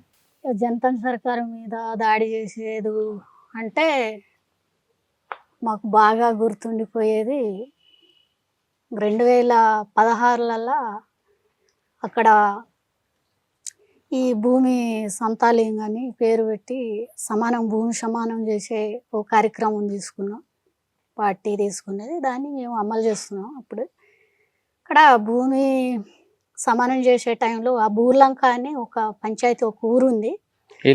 బూర్లంక అని ఊరుంది. అక్కడ జనం అంతా ఒకటే దగ్గర వండి తినడం, పని చేయడం చేసేది. అప్పటికే 2016లో అక్కడ 16 కాదు 14లో అక్కడ పనిచేసే వాళ్ళ మీద దాడి చేసిండు. అప్పుడు ఇక చాలా మందికి ఇక తూటాలు అయితే బుల్లెట్లు పడలేదు కానీ రాళ్ళ మీద పడటం, ఇక ఈ పారిపోయే టైంలో అప్పుడు గాయాలైనవి చాలా మందికి జనాలు. దాని ప్రతిదాడి మీరు ఏం చేశారు? అప్పుడేం చేయలేదు, తర్వాత చేశారు. మేము అక్కడ మేము సివిల్గానే ఉండే అప్పుడు కూడా. అయితే నా ఇద్దరి దగ్గర వెపన్ ఉంది, సివిల్గా ఉండి మేము ముందే పోయినాం, చెప్పి వచ్చాము. అక్కడ దాడి జరిగింది. అక్కడ దాడి జరిగిన తర్వాత మేము మళ్ళీ మా డేరాకి వచ్చాము కనుక వాళ్ళు ఇటు వస్తారని తెలియదు, మళ్ళీ డేరా మీద దాడి అయింది. దాడి అయినాక అక్కడ వాగు ఉంటుంది, చిన్న కెడవాలని ఒక ఊరు, జనవారులని అది వాగు ఉంది. ఆ వాగులలో పెద్ద మడుగులు ఉన్నాయి. ఇటు ఒక్క దగ్గర మేమున్న దగ్గరే దాటవలసింది, మిగతా ఎక్కడ కాదు, చాలా దూరం నుండి దాటాలి. అయితే వాళ్ళ అవతల ఒడ్డు నుండి వాళ్ళు కొట్టిండ్రు, మేము ఇవతల ఒడ్డు నుండి మేము కొట్టి ఎటుకెళ్ళాము, అటు వెళ్ళిపోయినాం. అయితే ఇక అప్పుడు ఆ చిన్న కేడవలనే ఊరు మీద దాడి చేసి ఓ 4-5 ఊర్లని కాలబెట్టిండ్రు, ఓ 3 దాదాలని కొట్టిండ్రు. అప్పుడు కొట్టి వెళ్ళిపోయే టైంలో అప్పుడు ఆ బెటాలియన్ అక్కడ ఉంది కనుక అది ఆ సింగం మడుగు మళ్ళీ అదే బూర్లంక దగ్గరికి వెళ్ళినాక వెనక పోయి మళ్ళీ వాళ్ళ మీద దాడి చేసిండ్రు కానీ ఎవరికి ఏం కాలే, వీళ్ళకి ఏం కాలే, వాళ్ళకి ఏం కాలే. అటు నుండి ఇటు నుండి కొట్టిండ్రు, వచ్చేసిండ్రు. సరే, జనతా సర్కార్లో ఒక 6 శాఖలు పెట్టి సమాంతర ప్రభుత్వం నడిపాము, ఆదివాసుల అభివృద్ధి కోసం మేము నిరంతరం కృషి చేసాం, ముఖ్యంగా మహిళలే చేశారని పార్టీ ఇప్పటికీ చెప్పుకుంటారు. కానీ ఆ పెట్టినవన్నీ తప్పట్టట్లేదు, కానీ దానివల్ల కొన్ని నష్టాలు జరిగాయి అనేది కొన్ని ప్రభుత్వం లెక్కలు చెప్తారు. ముఖ్యంగా విద్య 8వ క్లాస్ వరకు మీరు చెప్తారు, 8 తర్వాత ఆయన పట్టణాలకు దగ్గరలో సిటీకు వెళ్ళాలి. జనతా సర్కార్లో 8వ క్లాస్ చదువుకున్న సర్టిఫికేట్ ఇస్తే ప్రభుత్వం ఆమోదించదు, 9వ క్లాస్కి అనుమతి లేదు. తిరిగి మళ్ళీ అబ్బాయి కానీ అమ్మాయి కానీ మళ్ళీ తిరిగి 1వ క్లాస్లో జాయిన్ అవ్వాలి. ఈ 8 సంవత్సరాలు మీరు చెప్పిన చదువు అంతా కూడా వృధా. కానీ బాగా చదవనిచ్చు, ఇంగ్లీష్ మాట్లాడచ్చు అన్నీ, కానీ ప్రభుత్వం అనుమతించదు ఒకటి. అదేవిధంగా వ్యవసాయం, కృషి, మీరు ఆధునిక పద్ధతులు చెప్పకుండా ఇంకా పురాతన పద్ధతులు వ్యవసాయం చేయడం వల్ల వాళ్ళకి శ్రమ తప్ప ఉపయోగం లేదు అనేది 2వ వాదన. 3, న్యాయం మీరు చెప్పేది న్యాయం కాదు, ప్రభుత్వం కోర్టులు ఉన్నాయి, కోర్టుల ధరలతో న్యాయం అని ప్రభుత్వం చెప్తుంది, దానివల్ల ఉపయోగం లేదు. ఇంకా భూ పంపిణీ, పట్టాలు లేని భూ ఇచ్చేది ఏంటి, ఉపపత్తి ఏంటి అనేది రిజిస్ట్రేషన్ లేకుండా దానివల్ల ఉపయోగం ఏంటి, మీరే రాజ్యం కాదు కదా, రిజిస్ట్రేషన్ అవ్వాలి కదా అనేది ప్రభుత్వం చెప్తుంది. 4, ఇంకా 5వది తీసుకుంటే మహిళలకి రక్షణ, బాలలకి చిన్నప్పుడే బాల కార్మికులకు వ్యతిరేకించే మీరు చిన్నప్పటి నుంచే వాళ్ళకి బాల సంఘాలు పెట్టి వాళ్ళకి చిన్నప్పటి నుంచే తుపాకీ పట్టుకోవడం ఇవన్నీ కూడా నేర్పడం వల్ల వాళ్ళలో ఏం నేర్పిస్తారు అన్నది ప్రభుత్వం ప్రశ్నిస్తుంది. దీనికి ఏం చెప్తారు? దీనికి బాలల సంఘం అంటేనే అది తుపాకులు పట్టే సంఘం కాదు. కానీ మీరు నూరు పోస్తుంటారు కదా. నూరు పోసేది అక్కడ ఏంటి అంటే షెడ్డు అలవాటు నేర్చుకోవద్దు. షెడ్డు అలవాటు ఏంటి? చెప్పండి. తాగొద్దు. అక్కడ ఎన్నో రకాల సారా మందు దొరుకుతుంది. అక్కడ అమ్మ నాన్నలు కూడా తాగుతారు కనుక వీళ్ళకి కూడా అలవాటు చేస్తారు. సారా తాగొద్దు. తర్వాత సుట్ట ఇట్లాంటి తాగొద్దు. సారా తాగొద్దని మీరు చెప్తారు కానీ ఇప్పుడు కూడా ఆదివాసులు విప్ప సారా అవును తాగుతారు. తాగుతున్నారని వదిలిపెట్టాం కదా. వాళ్ళకి శిక్షించారా? తాగుతున్నారని వదిలిపెట్టాం మనం. ఇప్పుడు కూడా మన పిల్లల్ని వదిలిపెడితే వాళ్ళు తాగుతున్నారు కదా అని వదిలిపెడితే వాళ్ళు తాగుతారు కదా. అంటే వాళ్ళకి చెడు అలవాట్లు పోవద్దు నేర్పారు మీరు. చెడు అలవాట్లలో పోవద్దు అనేది ఒక్కటి వాళ్ళకి చెప్పేది.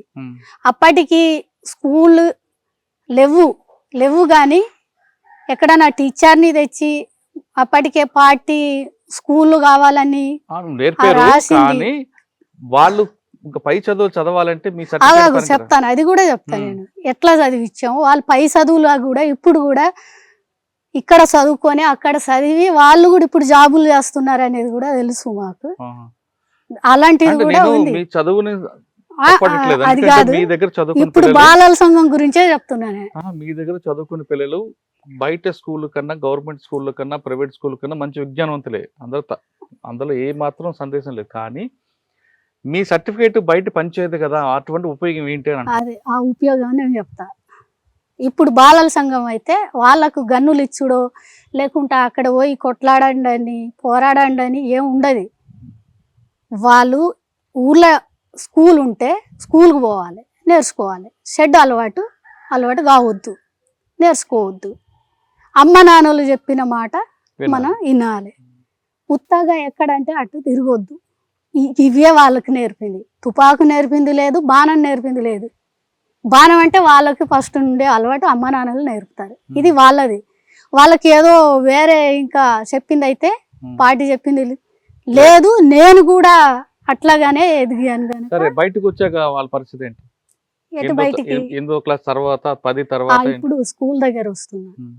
అయితే అప్పటికే అక్కడ ఏ ఒక్క టీచర్ ఫస్ట్ నుండి స్కూల్ గురించి చెప్పాలంటన్నా, మొన్న ఎక్కడో ఏదో వీడియోలలో చూశాను, కరకంగూడెం వెళ్ళి ఇక్కడ నక్సలైట్లు ట్రైనింగ్ క్యాంప్ అని చెప్తున్నారు ఆశ్రమం దగ్గర. అక్కడ జేవూరుగుంట జనతా సర్కారు ఆశ్రమం, అది ట్రైనింగ్ క్యాంప్ కాదు. ఆ ఊరు దాదా కూడా మంచిగా చెప్పిండు. ఈ క్యాంపులు వచ్చిన కానుండి ఈ క్యాంపులు 2024లో క్యాంప్ వచ్చింది. అది పక్కన పెడదాం, స్కూల్ గురించి చెప్పండి. అదే చెప్తున్నా. వీళ్ళు వెళ్ళిపోయిండు, అప్పటి నుండి ఇది రద్దు అయిపోయింది అని ఆ దాదా చెప్పిండు. ఇక అక్కడ పోయిన ఆ మీడియా మిత్రులు ఇక దాని క్యాంపింగ్ అని ఏదేదో చెప్తున్నారు కనుక ఇక్కడ అప్పటికే పార్టీ జంతన సర్కార్కి చెప్పింది ఏంటి అవగాహన అంటే అప్పటికి అక్కడ చదువు లేదు కనుక వాళ్ళు కనీసం అక్షరాలన్నా నేర్చుకోవాలి, అక్షర జ్ఞానం అనేది రావాలి. అక్షర జ్ఞానం అన్న మనం ఎన్ని గ్రామాలకి ఎంతమందికి నేర్పగలమో అంతా మనం నేర్పితే బాగుంటుంది అనేదే పార్టీ మాకు ఇచ్చిన గైడెన్స్. దాన్ని బట్టి మేము ప్రచారం చేసాము, దాన్ని బట్టి మేము స్కూల్ నడిపాము. దీనికంటే ఇంకా ఫస్ట్ ఏంటి, మొత్తం ఆ స్కూళ్ళల్లో రండి మేమే చెప్తామని కాదు దీని అర్థం. ప్రతి ఇంట్లో అక్కడ ఏంటి స్కూల్ అనేది అవగాహన లేదు గనక మీ ఇంట్లో మీ పాపనైనా బాబునైనా మీరు హాస్టల్లో పెట్టండి. మరి హాస్టల్ ఎక్కడ ఎంత దూరం ఉన్నా మీరు తీసుకెళ్ళాలి, పెట్టాలి అని ఫస్ట్ జనాన్ని కన్విన్స్ చేసాం మేము. ఫస్ట్ మీరు పెట్టలేదా హాస్టల్స్? అప్పటికి పెట్టాం, స్కూల్ ఉన్నాయి కానీ మా ప్రతి గ్రామానికి ఉన్నా కూడా సాలయి కదా ఆ పిల్లలకి. కనీసం మధ్యాహ్న భోజనాలు పెట్టేవారు? అది పెట్టాము, చెప్తాము. అయితే గట్లా ఫస్ట్ వాళ్ళని విద్య గురించి ప్రోత్సహించాం అమ్మ నాన్నలని. అట్లా బయట కూడా పెట్టిండ్రు. ఇక దాంతో పాటు మేమేం చేసాము, స్కూల్ పెట్టాం. 5వ తరగతి చదువుకున్న వాళ్ళు ఆ ఊర్లో ఆ పంచాయతీలో ఎవరైనా ఉంటే వాళ్ళతో మాట్లాడి ఏదో ఎక్కడున్నారో అక్కడ నువ్వు కనీసం అక్షర జ్ఞానం అన్న నేర్పాలని అట్లా పెట్టాం. అట్లా ఊర్లో మొత్తం ఒక్క కిష్టారం ఏరియాలలోనే సలవాజుడు ఉన్నప్పుడే 21 స్కూల్ నడిచాయి, 21 గ్రామాలలో. సూపర్. వాళ్ళు చెప్పేది ఎంత, ఇంటికాడ పని చేయాలి, వచ్చి పాఠాలు చెప్పాలి గనక అక్షరం. చదువు వరకు మీరు బాగానే తీసుకున్నారు, కానీ ఆదివాసులు ఎక్కువగా మూఢాచారాలు మూఢనమ్మకాలు ఉన్నాయి. మరి వాటి మీద ఏమైనా పోరాటం చేశారా, వాళ్ళకి అవగాహన కల్పించారా? మూఢనమ్మకాలల్లో చాలా అవగాహన కల్పించాం. ఎందుకంటే ఫస్ట్ చెప్పాలంటే అది నరబల్ల అనేది ఉండే అక్కడ. దాని పూర్తిగా ఇది కరెక్ట్ కాదు, మీరు ఆలోచించాలి, ఇది ఏదో నరబల్ల చేస్తేనే మాకు పంటలు వస్తాయనే ఏ నమ్మకం ఉందో అది కరెక్ట్ కాదు అని అర్థం చేయించుకున్నాం. అది ఇప్పుడు లేదు కూడా, ఇప్పుడు మళ్ళీ పుడుతుందా ఏదో తెలియదు కానీ అయితే లేదు. ఇప్పుడు మహిళలు కానీ మగవాళ్ళు కానీ రాజకీయ చైతన్యం ఏ విధంగా తీసుకొచ్చారు? ఎంతమంది మీ జంతర్ సర్కార్ నేర్చుకొని బయటకు వచ్చి సర్పంచ్ గానో వార్డు గానో పోటీ చేశారు ఎవరైనా? జంతన్ సర్కార్లా అప్పటికి జంతన్ సర్కార్ అక్కడ మంచిగా నడిచేటప్పుడు జంతన్ సర్కార్లో ఉండి మళ్ళా సర్పంచ్ ఇట్లాంటి అక్కడ మొన్నటిదాకా అంత పెద్దగా లేదు. అయితే ఇప్పుడు అక్కడ సర్కారే లేదు గనక ఇప్పుడు చాలా మంది ఉన్నారు. జంతన్ సర్కార్లో ఓ శాఖ నడిపించిన వాళ్ళు ఇప్పుడు సర్పంచ్ అయినలు, వార్డు నంబర్లు అయిండు. మొన్న ఫోన్ చేసి చెప్పిండు నేర్చుకున్నారు అక్కడ నేర్చుకున్నారు. ఎందుకమ్మా మీరు ఆధార్ కార్డు ఎందుకు వద్దన్నారు, వ్యతిరేకించారు? ఆధార్ కార్డుని వ్యతిరేకించింది మేము కాదు, అక్కడ పలు కారణాలు ఉన్నాయి. ఆధార్ కార్డు అనేది అప్పటికే సల్వాజూడం వచ్చింది, జనం జిల్లా సెంటర్కి వెళ్ళటానికి చాలా ఇబ్బందులు. అంటే దీనికి ముఖ్య కారణము ఏంటి, అక్కడ ఉన్న వాళ్ళందరు జంతన్ సర్కార్ ఉన్న వాళ్ళందరు నక్సలైట్లే అన్నట్టు ఓ ముద్ర వేసిండ్రు గనక మరి ఆధార్ కార్డు కోసం ఎవరు పోతారు, ఎక్కడ పోవాలి? పోయిన వాళ్ళని అరెస్ట్ చేసిండ్రు. చింతగుప్పల ఒక క్యాంపు ఏర్పాటు చేసిండ్రు ఆధార్ కార్డు కోసం 2018లో. మేము పోతామన్నారు. ఇక పోవచ్చు, కేంద్ర ప్రభుత్వాన్ని తీసుకుంది కనుక వెళ్ళండి అన్నాం. మేము కిష్టారం ఏరియా నుండి మేము పంపించాం. అక్కడ నుండి 10 మంది దాకా జైలు. ఆధార్ కార్డు వచ్చిందే లేదు, 3 రోజులు అక్కడ ఉన్నారు. కానీ మీకు వద్దన్నా కొంతమంది తెలియకుండా వెళ్ళి మిమ్మల్ని మీకు కండ్లు కప్పి కూడా వెళ్ళి ఆదివాసులు. అది అట్లా కాదు. ఫస్ట్ ఆధార్ కార్డు అనేది అక్కడ మేము చెప్పింది ఏంటి, ఆధార్ కార్డు ఆదివాసులు ఏమైనా విదేశాలు పోతున్నారా? ఆధార్ కార్డు అంటే విదేశాలకు వెళ్తేనే కాదు కదా? కాదు. అవును, వెళ్ళేది లేదే, పౌరుడని గుర్తించడానికి కదా. ఇప్పటిదాకా గుర్తింపు లేదా? ఎన్నో గుర్తింపులు ఉన్నాయి, అక్కడ పుట్టి పెరిగిన వాళ్ళే ఉన్నారు కాబట్టి జనాభా తగ్గట్టు మనం 140 కోట్ల మంది భారతీయులు కాబట్టి ప్రతి ఒక్కరు ఆధార్ కార్డు తప్పనిసరి పెడుతున్నాం. ఓకే, తప్పనిసరి అంటే ఆధార్ కార్డు అంటే కేవలం విదేశాలకు వెళ్ళిన మాత్రంగా కాదు కదా, ఇక్కడ అన్నిటికీ కావాలి, ఓటుకు గానీ దేనికైనా కావాలి కదా. ఓటుకు కావాలి, అన్నిటికి కావాలనుకున్నప్పుడు ప్రభుత్వం ఏం చేయాలి, పంచాయతీ సెంటర్ ఎక్కడ ఉందో అక్కడ పోవాలి, అక్కడ పోయి ఇయ్యాలి. దానికి ఒక సెంటర్ నిర్మాణం చేయాలి. సుక్మ పోవాలంటే, కుంట పోవాలంటే ఎట్లా పోవాలి? అందుబాటులో లేదు కాబట్టి. అందుబాటులో లేదు. పోయిన వాళ్ళని కూడా పట్టుకొని జైల్లో పెట్టింది. జైల్లో పెట్టిన తర్వాత మేము ఇక ఆ జనం వాళ్ళే మీటింగ్ చేసిండ్రు, మనం ఇట్లా చేస్తున్నారు కదా, ఇక పోతే ఇట్లా అవుతుంది కదా, ఏంటి ఆధార్ కార్డు తీసుకుందామా వద్దా అంటే ఇక కొంతమంది వద్దన్నారు, కొంతమంది తీసుకున్నాం అన్నారు. తీసుకోవాలనుకున్న వారు పోయిండ్లు, తీసుకున్నారు, అరెస్ట్ అయిన్లు, జైల్లో పాలైన్లు, వచ్చిండ్లు, రకరకాల అయినాయి. మొత్తం పార్టీ అయితే బంద్ పెట్టింది లేదు, ప్రభుత్వం బంద్ పెట్టింది లేదు. అది ఆధార్ కార్డు పక్కన పెడతాం. మీరు పిల్లలకి అక్షర జ్ఞానం నేర్పారంటున్నారు కదా, ఇందులో బుల్లెట్ ద్వారా రాజ్యం వస్తుందన్నా బ్యాలెట్ ద్వారా రాజ్యం వస్తుందని నేర్పారా? ఆ పుస్తకాలల్లా నేను అదే ఇందాక కరకంగూడేది చెప్పేది, ఆ పుస్తకాలల్లా ఎక్కడు బుల్లెట్ అని లేదు. మేము నేర్పిన పుస్తకాలు దండకార్యాన సబ్ కమిటీ అని, అది ఈడీసీ అని ఒక కమిటీ ఉంటుంది, అది పుస్తకాలు తయారు చేసింది. విద్యా విభాగాన్ని, దండకార్యాన విద్యా విభాగాన్ని టీచర్లు ఉంటారు. అది ఫస్ట్ 4వ తరగతి దాకా పుస్తకాలు వచ్చినాయి. తర్వాత ఇక్కడ క్లాసు మేము బయటికి పోము, ఈయనే చదువుకుంటాం. మాకు ఏ జాబ్ వద్దు, మేము చదువుకుంటాం, అక్షర జ్ఞానం నేర్చుకుంటాం, మేము వ్యవసాయం చేసుకుంటాం అనే వాళ్ళని, మరి వాళ్ళు ఈయనే చదువుకుంటాం అంటున్నారు కదా, ఏం చేసుడు అనేదాన్ని మళ్ళా ప్రతిపాదన పెట్టాం. 6వ తరగతి దాకా పుస్తకాలు మళ్ళీ తయారైనాయి. కాకపోతే 8వ తరగతి దాకా అంటే ఇంకా 2 క్లాసుల నుండి పుస్తకాలు ఎక్కడ తెచ్చాం?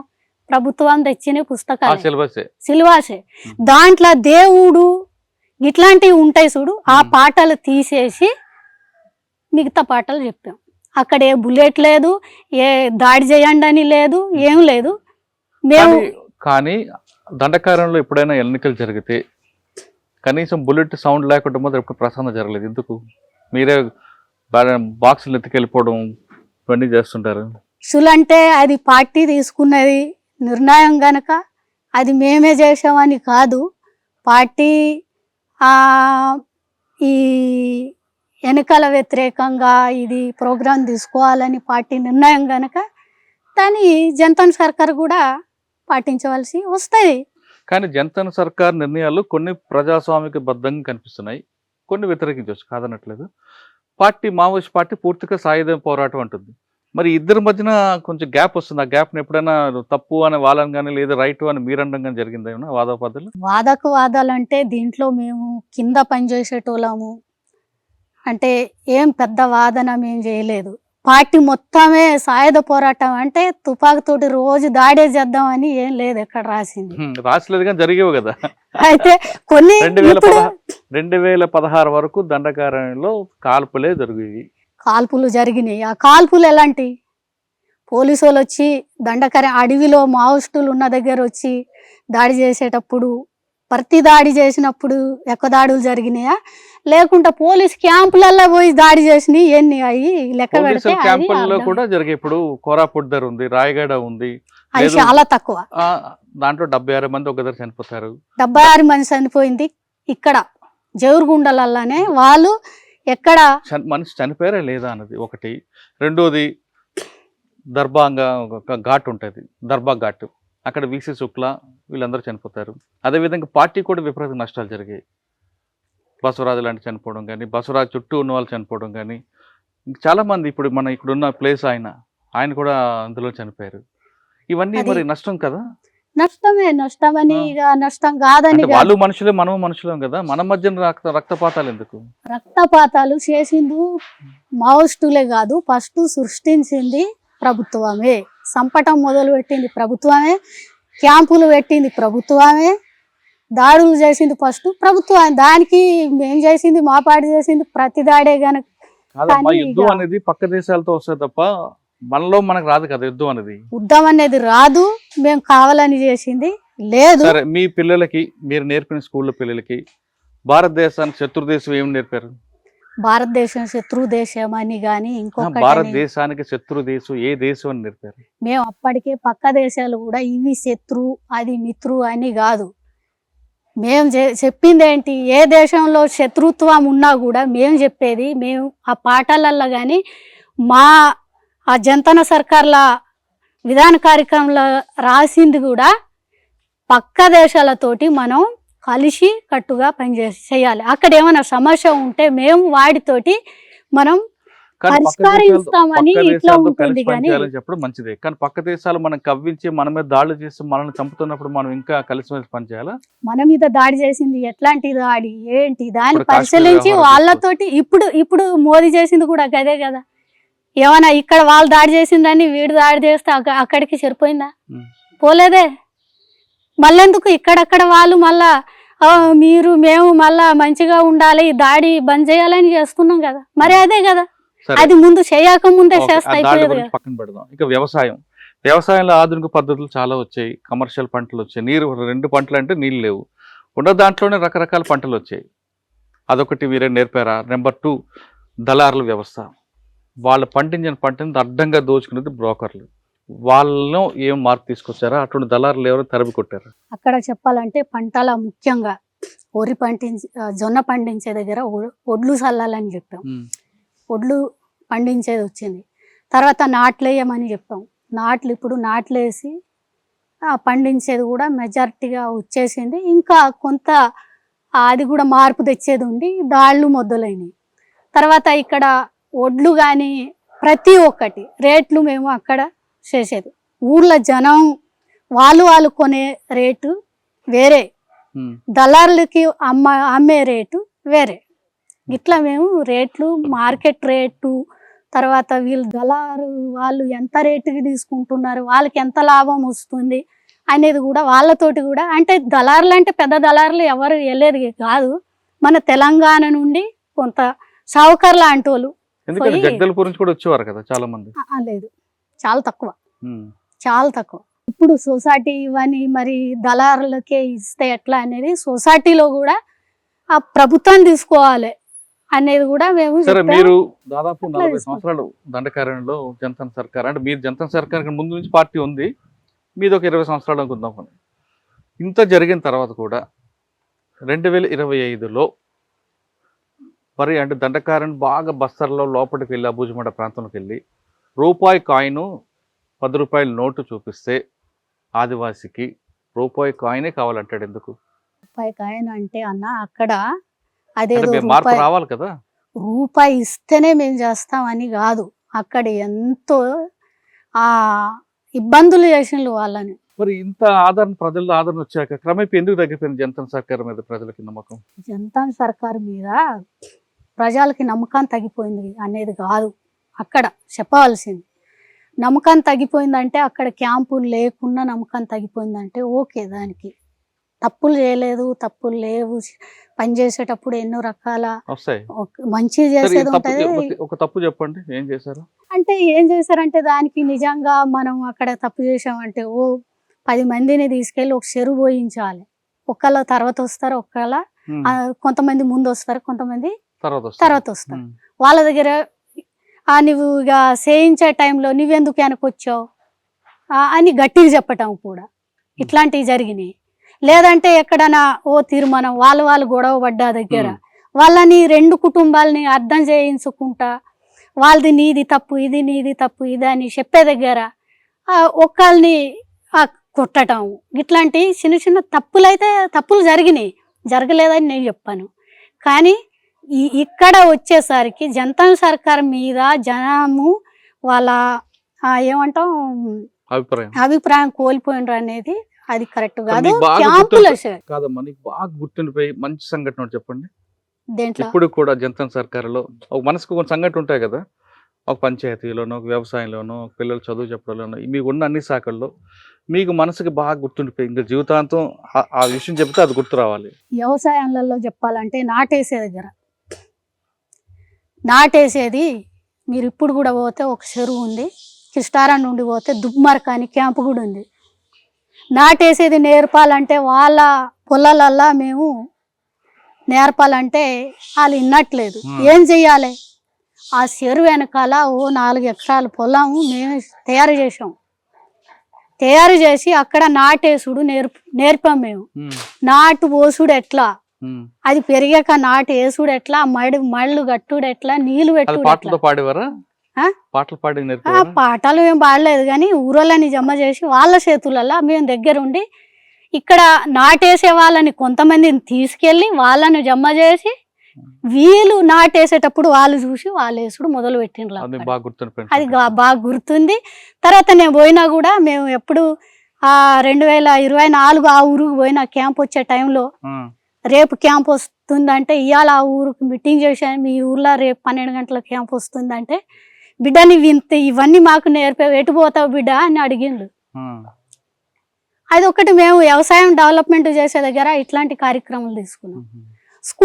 స్కూల్ అన్నప్పుడు టీచర్లు చెప్పటమే కాదు కదా, అక్కడ పోయి మేము కూడా ఒక పద్ధతులు ఎట్లా ఉండాలి, ఎట్లా నేర్చుకోవాలి, మనం ఎట్లా గౌరవించాలి పెద్దోళ్ళని అనే దగ్గర నుండి మొదలుపెట్టి ఊర్లో అన్నిటికంటే గుర్తుండేది ఏంటి అంటే 2024 ఎట్లయినా 25లో జంతన సర్కార్ ఇక్కడ ఉండదు, క్యాంపులు అన్నిటికీ వచ్చేస్తాయి. అంటే మొత్తం 4 ఆశ్రమాలు ఉంటాయి. అప్పటికి అంతకు ముందు 7 ఉండే డివిజన్ మొత్తం. ఇక నిర్బంధం వచ్చిన కొద్దీ అవి క్రమంగా తగ్గిపోయినాయి.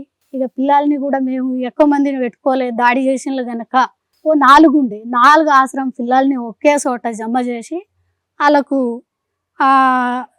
ఇక కార్యక్రమాలు పెట్టాం.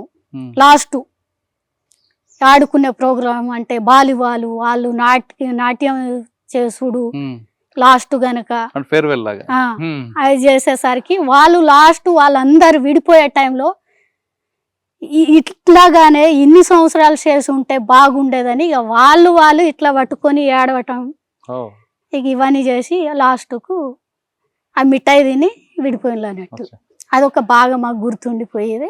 సార్ జంతన్ సర్కార్ పక్కన పెడదాం కాసేపు. నిర్బంధం, ఒకవైపు దాడులు, ఒకవైపు ఎన్కౌంటర్లు, ఇవన్నీ చూస్తున్నప్పుడు ఏమనిపించిందమ్మా? మనం బయట పడతాం అనిపించిందా, లేదా ఇక్కడే మనం ప్రాణాలను కోల్పోతాం అనిపించింది? నిర్బంధం అనేది ఇక నేను అంతకు ముందు అదేది జనజాగరం ఇదని చెప్పిండ్రు నాకు తెలియదు. అయితే నాకు నిర్బంధం ఎదురైంది అనేది ఇక్కడ సల్వాజూడెం వచ్చినాకనే. ఇక మొట్టమొదటి మేము సల్వాజూడెం వచ్చినప్పుడు కూడా నేను అదే రోజు మా ఊరికి వచ్చి ఉంటేనే, ఆ రోజు మా ఊరు మీద దాడి చేసిండ్రు 2007 మార్చి 1వ తారీఖు నాడు. అదే రోజు మా ఇల్లు కాలబెట్టిండ్రు. అప్పటి నుండి దాడి అనేది మొదలైంది. ఇక అప్పుడప్పుడు మధ్యలో దాడి జరిగేది, ఇవన్నీ చూసాం. జనాన్ని చంపింది ఇవన్నీ చూసాం, ఇల్లు కాలబెట్టిందని చూసాం. కానీ ఏ రోజు నేను చనిపోతా ఇక్కడ బతకలేను అనేది అయితే నాకైతే ఏ రోజులా రాలేదు. కుటుంబం కూడా నువ్వు రావాలి అక్కడ ఎందుకున్నావని ఏ రోజు అనలేదు నన్ను, నేను కూడా రావాలని అనలేదు. లాస్ట్ కర్రెగుట్ట దాడి అప్పుడు కూడా కర్రెగుట్ట నుండి ఆ దాడి నుండి కిందికి దిగి అప్పుడు మేము పశ్చిమ బస్తాల్లో పోయినా, అక్కడ కూడా 8 సార్లు తప్పించుకున్నాం, 3 సార్లు ఫైరింగ్ అయింది. 4 కామ్రేడ్స్ అమరులైన్లు, 8 మంది గాయపడ్డారు. దండకారణలు సుదీర్ఘ ప్రయాణంలో కర్రెగుట్టలో ఆపరేషన్లు ఇవన్నీ కాకుండా గంగమ్మ సోనుగా మారిన తర్వాత మీ వివాహం ఎవరు పార్టీ నిర్ణయించిందా, చందర్ నిర్ణయించారు? చందర్ కాదు, సోని కాదు, పార్టీ. అయితే చందర్ ప్రపోజల్ చేసిండు, పార్టీ నన్ను అడిగింది. తర్వాత నేను దీంట్లో చెప్పదలసింది ఏంటంటే, నేను ఇంటికాడ ఉన్నప్పుడే మహిళా సంఘాలలో పనిచేశాను. అసలు ఈ పెళ్ళే నాకు వద్దు, ఇది ఎట్లాంటి సమాజం, ఇట్లా మహిళలకి ఇంత ఇక రకరకాలుగా మహిళల్ని ఇబ్బంది చేసుడు ఉంది, అసలు ఎందుకు పెళ్ళి వద్దు అనుకున్నామే, మరి చంద్రను చూసుకున్నామ్మా చెప్తున్నా అని అనుకొని తర్వాత పార్టీలో పోయినప్పుడు కూడా నేను చాలా సంవత్సరాలు పెళ్లి నిర్ణయం దేనికి రాలే. చందన్ని చేసుకుంటానని కూడా నేను ఏ రోజు అనుకోలే, వేరే వాడిని చేసుకుంటానని కూడా అనుకోలే. పార్టీ నన్ను అడిగింది, మేము ఇంతమంది మొత్తం మేము ఒప్పుకున్నాం, నువ్వు ఒక్కనే ఒప్పుకునేది ఉంది, ఆలోచించగలవు మా కోసమైనా అని అమరుడైన రామన్న, తర్వాత కటకం సుదర్శను, గణేష్ ఉయికే, వీళ్ళందరూ నన్ను కూర్చోబెట్టి మాట్లాడిండ్రు. తర్వాత పార్టీ నిర్ణయం నా నిర్ణయం అని, మీరు ఒప్పుకుంటే నేను ఒప్పుకుంటా అంతే. అంతేనాది, ఇక వేరే ఏం లేదు. అంటే జనతా సర్కార్ ప్రెసిడెంట్ కి వీళ్ళందరూ కూర్చోబెట్టారు, ఒప్పించారు. మీ పెళ్లికి కూడా వీళ్ళందరూ కూర్చోబెట్టి అవును. ఒప్పించారు. పెళ్లి జరిపింది కూడా కట్కం సుదర్శన్. ఆహా. నేను నీకు నాన్నగా దగ్గర ఉంటాను, నేనే నాన్న అనుకో అన్నాడు. ఆ. నేను నిన్ను ఒప్పించాను కనుక నేను ఉంటా పెళ్లి చేసే దగ్గర అన్నాడు. తను ఉండి పెళ్లి చేసి ఏ సంవత్సరంలో 2019 మే. ఎక్కడ జరిగింది? అది పామిడి ఏరియాలోనే, మన అది పాలగూడెం అనే గ్రామం. దండకారణ్యం అనగానే ముందు హిడ్మా అందరు గుర్తుకొస్తుంటారు. మీకు ఎప్పుడైనా కనపడ్డాడమ్మా? ఇడుమ మేము ఎప్పటికీ కలిసేది, ఇడుమానికి ఎప్పటికీ కలిసేది. నేను వాటిలో వెళ్ళిన కానుండి ఆయన ఆ కిష్టారం ఏరియాలోనే ఎక్కువ ఉండేది, ఎక్కువ పనిచేసేది. నేను ఎప్పటికీ కలిసేది, నన్ను పిలిచేది, కలిసేది, మాట్లాడేది, మంచిగానే ఉండేది, మంచిగా మాట్లాడేది. జనతా సర్కార్ పట్ల ఆయనకి ఉన్న అభిప్రాయం ఏంటి? ఇక నాకు చాలా అంటే జనంలో వచ్చేది ఏంటి, ఎట్లాంటి మార్పులు తీసుకురావాలి, జనం ఏం కోరుతున్నారు, ఇక తను తిరిగేటప్పుడు జనంలో ఏది వస్తాయి అప్పుడప్పుడు అక్కడక్కడ, ఎక్కడ ఒక చోట చెరువు పోయాలని, ఇంకెక్కడ ఒక చోట బావి అవసరం ఉంది, వాళ్ళకు నీటి అవసరం ఉంది, ఇట్లాంటివి తనకు గుర్తుకొచ్చినాయి. ఇక తనకు ఇక కనపడ్డాయని కూడా నన్ను పిలిచి అక్కడ ఇది చెయ్యాలి, ఇట్లా చెయ్యాలి, నువ్వు ఆ జనంతో మాట్లాడాలి, నువ్వు వాడికి పోవాలని కూడా మంచిగా చెప్పేది, పంపేది కూడా. ఆయన చెప్పేటట్టు నేను కూడా పోయేది. మీ పార్టీకి సంబంధించింది చాలా పెద్ద పెద్ద వాళ్ళందరితో మీరు పరిచయాలు ఉన్నాయి. ముఖ్యంగా మల్లోజు వేణుగోపాల్ గారు, అదేవిధంగా మన ముప్పాల గణప లక్ష్మణరావు గారు, వీళ్ళందరిలో ఎవరు మీకు బాగా ఇష్టం? మీరు కట్టుకుని సుదర్శన్ చూశారు, లక్ష్మణరావు గారిని చూశారు, చాలా పెద్ద పెద్ద నాయకులందరూ చూశారు. అందరితో అంటే కట్టుకుని సుదర్శన్ అంటే మీకు తండ్రి లాంటి అని చెప్పారు కాబట్టి మిగతా వాళ్ళలో ఎవరు మీకు బాగా ఇష్టం? నేను ఏ నాయకుని చిన్నోడు గొప్పగా నేను చూడలేదు. నాతో మాట్లాడే టైంలో అందరు నాతో మంచిగానే మాట్లాడేది. ఎవరెవరు మాట్లాడారు మీకు? నాతో ఇప్పుడు వచ్చిన దేవ్జీ గారు మాట్లాడేది, గణేష్ ఉయికే మాట్లాడేది, మన గాజరాల గణేష్ అన్న మాట్లాడేది, తర్వాత వేణుగోపాల్ మాట్లాడేది. వేణుగోపాల్ ప్రత్యేకంగా ఆసన్న ఉండేది ఎక్కువ. మా ఉత్తర బస్తాల్లో కనుక నేను ఎక్కువ ఆయనతో కలిసింది లేదు. అయితే నేను అటు జనతా సర్కార్ మీటింగ్ అని వెళ్తే 1-2 సార్లు అట్లా కలిసిండు, కానీ ఎక్కువ ఆయనతో కూర్చొని మాట్లాడింది లేదు. అయితే గణేష్ ఉయికే, గణేష్ అన్న, తర్వాత ఇక కట్కం సుదర్శను, వేణుగోపాల్, రాజుదాదా, కోసదాదా, ఇక తర్వాత మన గణపతి, వీళ్ళందరితో కలిసిన గణపతి గారు మీరంటే ఎందుకు ఇష్టం? అందరు ఇష్టం, తను కూడా ఇష్టం. ఎందుకంటే జనతా సర్కార్లలో ఫస్ట్ నుండి నేను పని చేసుకుంటూ వస్తున్నా. ఇక దాన్ని నడిపించేది ఎట్లా అని నువ్వు నేర్చుకున్నావు, నువ్వు నడిపించగలవు అనేది ఎక్కువ ఇష్టపడేది. మీరు చెప్పిన పేర్లలో 2-3 తప్ప మిగతా అందరూ ఆయన అమరులయ్యారు. ఆ వార్త విన్నప్పుడు ఏమనిపించింది? బాధ అయింది, తట్టుకోలేనంత బాధ.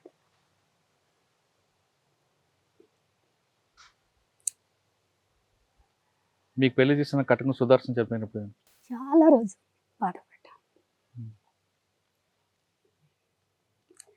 సంవత్సరం పట్టింది కోలుకోవడానికి. ఇటువైపు బాగా యువకుడైన హిడ్మా చనిపోయినప్పుడు, ఇప్పటికి కూడా కోలుకోలేదు. రాజు దాదా, కోసాదాదా చనిపోయినప్పుడు, అదంతా అందుకనే నేను ఇట్లా అయిపోయినా. ఒకవైపు జబ్బు, ఇంకొక వైపు ఈ అమరుల త్యాగాలు, ఇవన్నీ చూస్తే ఇప్పుడు కూడా అసలు నేను అడవిలో ఉన్నప్పుడు కూడా అంత అక్కడ ఈ 2005 అంటే 2025 నుండి తిన్నది దొరకంది తక్కువ, తినలేదు అనుకోవాలి. కానీ ఇప్పుడు ఇక్కడ వచ్చినాక జనం పెట్టిండ్రు, మనకు తెలిసిన వాళ్ళు అంత అన్నం పెట్టిండ్రు, కానీ తినేది తక్కువ. ఎందుకంటే ఇంతమంది నాయకులను మేము కోల్పోతున్నాం. మీరందరూ రక్త సంబంధం కన్నా వర్గ సంబంధం గొప్పదని వెళ్ళారు. అవును. అవునా? అవును. కానీ ఆ వర్గానికి దూరం అవుతున్నప్పుడు ఏమనిపించింది? అది బాధ ఉంటుందన్న. నేను వచ్చేటప్పుడు నేను అసలే ఏ రోజు కూడా నేను బయటికి పోతా, ఇంటికి పోతా, ఇట్లా బతుకుతానని ఊహించలేదు కూడా. నేను ఇప్పుడే చెప్పాను కదా, మా కుటుంబం కూడా నన్ను ఒత్తిడి చేయలేదు ఏ రోజు కూడా. నీవు ఏ నమ్మకంతో పోయినావో ఆ నమ్మకంతో జనం కోసం పనిచేయి అని చెప్పిండు. అదే ఆ ప్రకారం నేను కూడా ఉన్నా. మళ్ళీ నేను తెలంగాణకి బదిలీ అయ్యి వచ్చాను, నేను ఇటు ట్రాన్స్ఫర్ అయ్యి వచ్చాను. అప్పటికే నాకు హెల్త్ బాగలేదు, నడవటానికి ఇబ్బంది. నేను నడవాలన్నా కూడా చాలా ఇబ్బంది, వెప్పని తీసుకోవటానికి కానీ ఇవన్నీ తీసుకోవటం కానీ ఇబ్బంది. ఇక్కడికి వచ్చేసరికి జ్వరం అని నేను ఎప్పటికీ జ్వరం మందులే తినేది, కానీ నాకు లివర్ ప్రాబ్లం వచ్చిందని తెలియదు. ఇక్కడికి వచ్చాక పరీక్షలు చేయించినాక లివర్లో ప్రాబ్లం వచ్చింది. అది ఎంత మేరకు ఉందని తెలియదు. అయితే బయటికే పంపాలి, లేదంటే కష్టం అనేసరికి అప్పుడు ఇక్కడ కమిటీ నువ్వే ఆలోచించు. ఇక్కడ ఈ ఎప్పుడు పరిస్థితి పట్టుకున్నారమ్మా? ఏ సంవత్సరం నేను 2012లో పట్టుకున్నాను. నేర్చుకున్నారా? ఉమ్. పట్టుకోవడం నేర్చుకున్నారా? నేర్చుకున్నా. ఎవరి మీద కాల్చారు? ఎవరి మీద కాదు, మేము అప్పుడు కర్రెగుట్ట నుండి పశ్చిమ బస్తర్ పోయిన టైంలో అక్కడ ఏకేపోటి శవాన్ని ఉండే నాకు. అక్కడ పశ్చిమ బస్తర్ ఫస్ట్ దాడి జరిగినప్పుడు నాకు ఏం అర్థం కాలేదు. ఓ పెద్ద అవి ఇక తుప్పలు ఉన్నాయి కనుక ఎక్కడి నుండి ఎవరు కాల్స్తున్నారు అనేది కూడా తెలియదు. నేను లాస్ట్ బయటకు వచ్చాను. చనిపోయింది అనుకున్నారు చాలామంది. ఆ తర్వాత ఇక లొల్లి చేసేసరికి ఇటు అన్నోళ్ళు ఉన్నారు, ఇటు పోలీసు వాళ్ళు ఉన్నారని అట్లా వచ్చేసాను. తర్వాత సెకండ్ మేము జూలై 8 తారీఖున 26వ తారీఖు నాడు మేము మళ్ళీ దక్షిణకి వచ్చేటప్పుడు మా మీద దాడి జరిగింది. అప్పుడు నేను ఇక అక్కడ ఎక్కువ మేము ఫైరింగ్ చేయలేదు, 3-4 తూటాలు ఫైరింగ్ చేసి వెనక్కి వచ్చేసాం అంతే. అడవిలో మీకు బాగా గుర్తుండిపోయిన సంఘటన ఇంకోటి ఉంది, మామిడి చెట్లు నాటడం, అదే ఆ ఫలాలు కూడా మీరు తినడం. ఒకసారి ఆ సంఘటన చెప్పండి. మామిడి చెట్లు అంటే మేము 2007 దానికంటే ముందు పార్టీ కూడా తీసుకున్నది. ప్రత్యేకంగా మేము తీసుకున్నది 2007 డివిజన్ సర్కార్ నిర్మాణం అయింది జూన్లో. 3 ఏరేజ్ అంతన సర్కారు, కిస్టారం, జగురుగుండ, పామేడు, ఈ 3 ఏరేజ్ అంతన సర్కార్లు నిర్మాణం అయినాక జిల్లా జంతన సర్కార్ నిర్మాణం అయింది. అప్పుడు మేము ఒక తీర్మానం చేసాం, చెట్లు మొక్కలు ఎక్కువ ఏవేవి తక్కువ ఉన్నాయి అవి నాటుకోవాలనేది. అట్లా మామిడి మొక్కలు ఎక్కువ నాటుకున్నాం మేము, నాటాలని చెప్పాము. అవి తోటలు కానీ తోటలుగా పెద్ద తోటలుగా కాకుండా, పెద్ద తోటలు వేయాలంటేనేమో దానికి చాలా కావాలి, నీళ్ళు కావాలి, ఇవన్నీ కావాలి కనుక అవి కొన్ని మన ఇక ప్రభుత్వం దగ్గర తెచ్చే నరసాలలో దొరికేటివి కూడా ఉండేది. వాళ్ళతో మాట్లాడి వాళ్ళతోటి కూడా తెప్పించి మీరు ఎట్లనో వంచారు కనుక జనానికి మేమే వంచుతాం తెచ్చియండి అంటే వాళ్ళు ఎక్కడన్నా దింపేస్తే అక్కడ నుండి మేము తీసుకొచ్చి అక్కడ ఉన్నాయి తీసుకురండి అంటే వాళ్ళు ఊరు కూడా నాటిళ్ళు. కొన్ని మేము బడ్జెట్ ఇచ్చి మేమే మొక్కలు తెచ్చి సపరేట్గా పెట్టాము. తోటలుగా పెట్టాలని కూడా కొన్ని చోట్ల పెట్టాము, కానీ ఆఖరికి అక్కడ వాటికి నీళ్ళు కావాలి, కంచె ఇట్లాంటి ఎప్పటికీ చూడాలి. అవి నిర్బంధంతో మేము అక్కడ చూడలేకపోతే అవి మొత్తం పోయినాయి, తోటలుగా పెట్టినాయి. మిగతా జనం పెట్టినవి ఉన్నాయి. ఇక మొట్టమొదటిసారి నేను ఇప్పుడు ఇందాక చెప్పిన దుబ్బు మరకలలో ఉన్న చెట్లు, చెరువు కట్ట మీద ఉన్న చెట్లు సొంతంగా నేను నాటుకున్నాయి. అక్కడ కొబ్బరి మొక్కలు ఉన్నాయి, ఇదివరకు కాయవలసింది, ఖాతకు రావాల్సింది. అవి మామిడికాయలు అయితే కాసినాయి. నేను అట్లా పోతా ఉంటే ఆ ఊరక్కలు, అమ్మ నీవు ఈ చెట్లు నాటావు కదా, ఏ రోజు ఈ పండు తినలేదని గింత ఒక బుట్టలో తెచ్చి వద్దన్నా కూడా ఆ బుట్ట నా చేతిలో పెట్టాను. చక్కగా ఆ అడవిలో పోయి ఉంటేను వాళ్ళు వెనక వచ్చి ఆ ఒక బుట్టల అన్నం, తర్వాత మామిడి పండ్లు, ఇక వాళ్ళ దగ్గర ఏదేదో ఉంటాయి అవన్నీ ఇంకొక బుట్టలో పెట్టి వెనక తెచ్చి ఇచ్చిండ్రు. ఎందుకు ఇవన్నీ అంటే మా దగ్గర క్యాంప్ వస్తుంది కదా, రేపు నువ్వు మా ఊర్లో కొత్త రావు, ఏమవుతావు బిడ్డ మాకు తెలియదు, ఇవాళనే మేము పెట్టింది నీవు తినిపోవాలి, నీవు ఏ తల్లి కడుపులో పుట్టావు కానీ మా ఊరు బిడ్డలాగా మాకు ఇగో చెరువు పోయించావు, ఇగో వ్యవసాయాన్ని నేర్పావు, మా బతుకులలో మార్పు తెచ్చావు బిడ్డ, ఒక్క బుక్క తినేదానికి ఏమైందని వాళ్ళ అన్నం పెట్టిండ్రు. వాళ్ళు తెచ్చేసరికి మేము ఒక 10 మంది ఉన్నాం, ఆనే కూర్చున్నాం, అన్నం తిన్నాం, ఓ బుర్రాల నీళ్ళు తెచ్చిండ్రు తిన్నాం. ఇక వాళ్ళ ఆఖరికి లాల్సలం చేసి ఓ 2-3 మహిళలు ఓ అమ్మలాగా, వాటిని ఎప్పటికీ నేను అమ్మని పిలిచేది, వాళ్ళ బిడ్డని పిలిచే, వాళ్ళు ఏడ్చుకుంటే వెళ్ళిపోయింది. నీవు ఇప్పుడు మా ఈయలతోటి లాస్ట్ సోనిని మేము చూడము, సోని మమ్మల్ని చూడదు, చెప్పలేం బిడ్డ అని ఏడ్చుకుంటే వెళ్ళిపోయిండు. మేము వచ్చేసాం. మళ్ళీ ఒక రోజు 12 గంటలకి క్యాంప్ వచ్చింది అక్కడ. కదమ్మా, ఒకప్పుడు ప్రేమతో అన్నం పెట్టే వాళ్ళందరూ కూడా క్రమేపీ భయంతో పెట్టాల్సిన పరిస్థితి ఎందుకు వచ్చింది? భయం లేదన్నయ్య, అక్కడ చాలా మంది ఇదే చెప్తున్నారు, భయంతో పెట్టిండ్లు అంటారు, కానీ భయం కాదు అది, భయం పుట్టించింది ప్రభుత్వమే. భయం అంటే ఇప్పుడు కూడా చాలా మందిని మొన్నటిదాకా అన్ని క్యాంపులు ఉన్నా ఇల్మాలని కాపాడింది ఎవరు? పబ్లిక్ ప్రజలే కదా. ప్రజలే కదా. అంతసేపు అన్ని క్యాంపులు ఉన్నా కూడా ఇడుమాలని దొరకబట్టలేదే అక్కడ. బయటకు వచ్చారు ఇక్కడ దొరికింది. అవును, చాలా మంది బయటకు వచ్చినాక అరెస్ట్ కావటం కానీ చనిపోవటం కానీ జరిగింది. అక్కడ ఉన్నప్పుడు అన్ని దాడులు జరిగినా ఏ ఇంట్లోనో ఎక్కడనో ఆ గడ్డి మేట్లలోనో ఇంకెక్కడనో దాచిపెట్టి 3-4 రోజులు వారం రోజులు దాచిపెట్టింది ఉంది. మరి కాదమ్మా, ఒకవైపు పైన డ్రోన్లు కింద పోలీసులు ఇన్ని తిరుగుతున్నా మీరు ఎలా దాక్కునేవారు? ఇక అది అక్కడ ఉన్నప్పుడు ఆ సిచ్యువేషన్ అది వేరే ఉంటది. దాక్కోవటం ఎట్లా ఏం చేసుడు అనేది. ఒక ప్రాంతం నుంచి ఒక ప్రాంతంకి వెళ్ళాలంటే దాదాపు 15-20 కిలోమీటర్లు ఉంటాయి.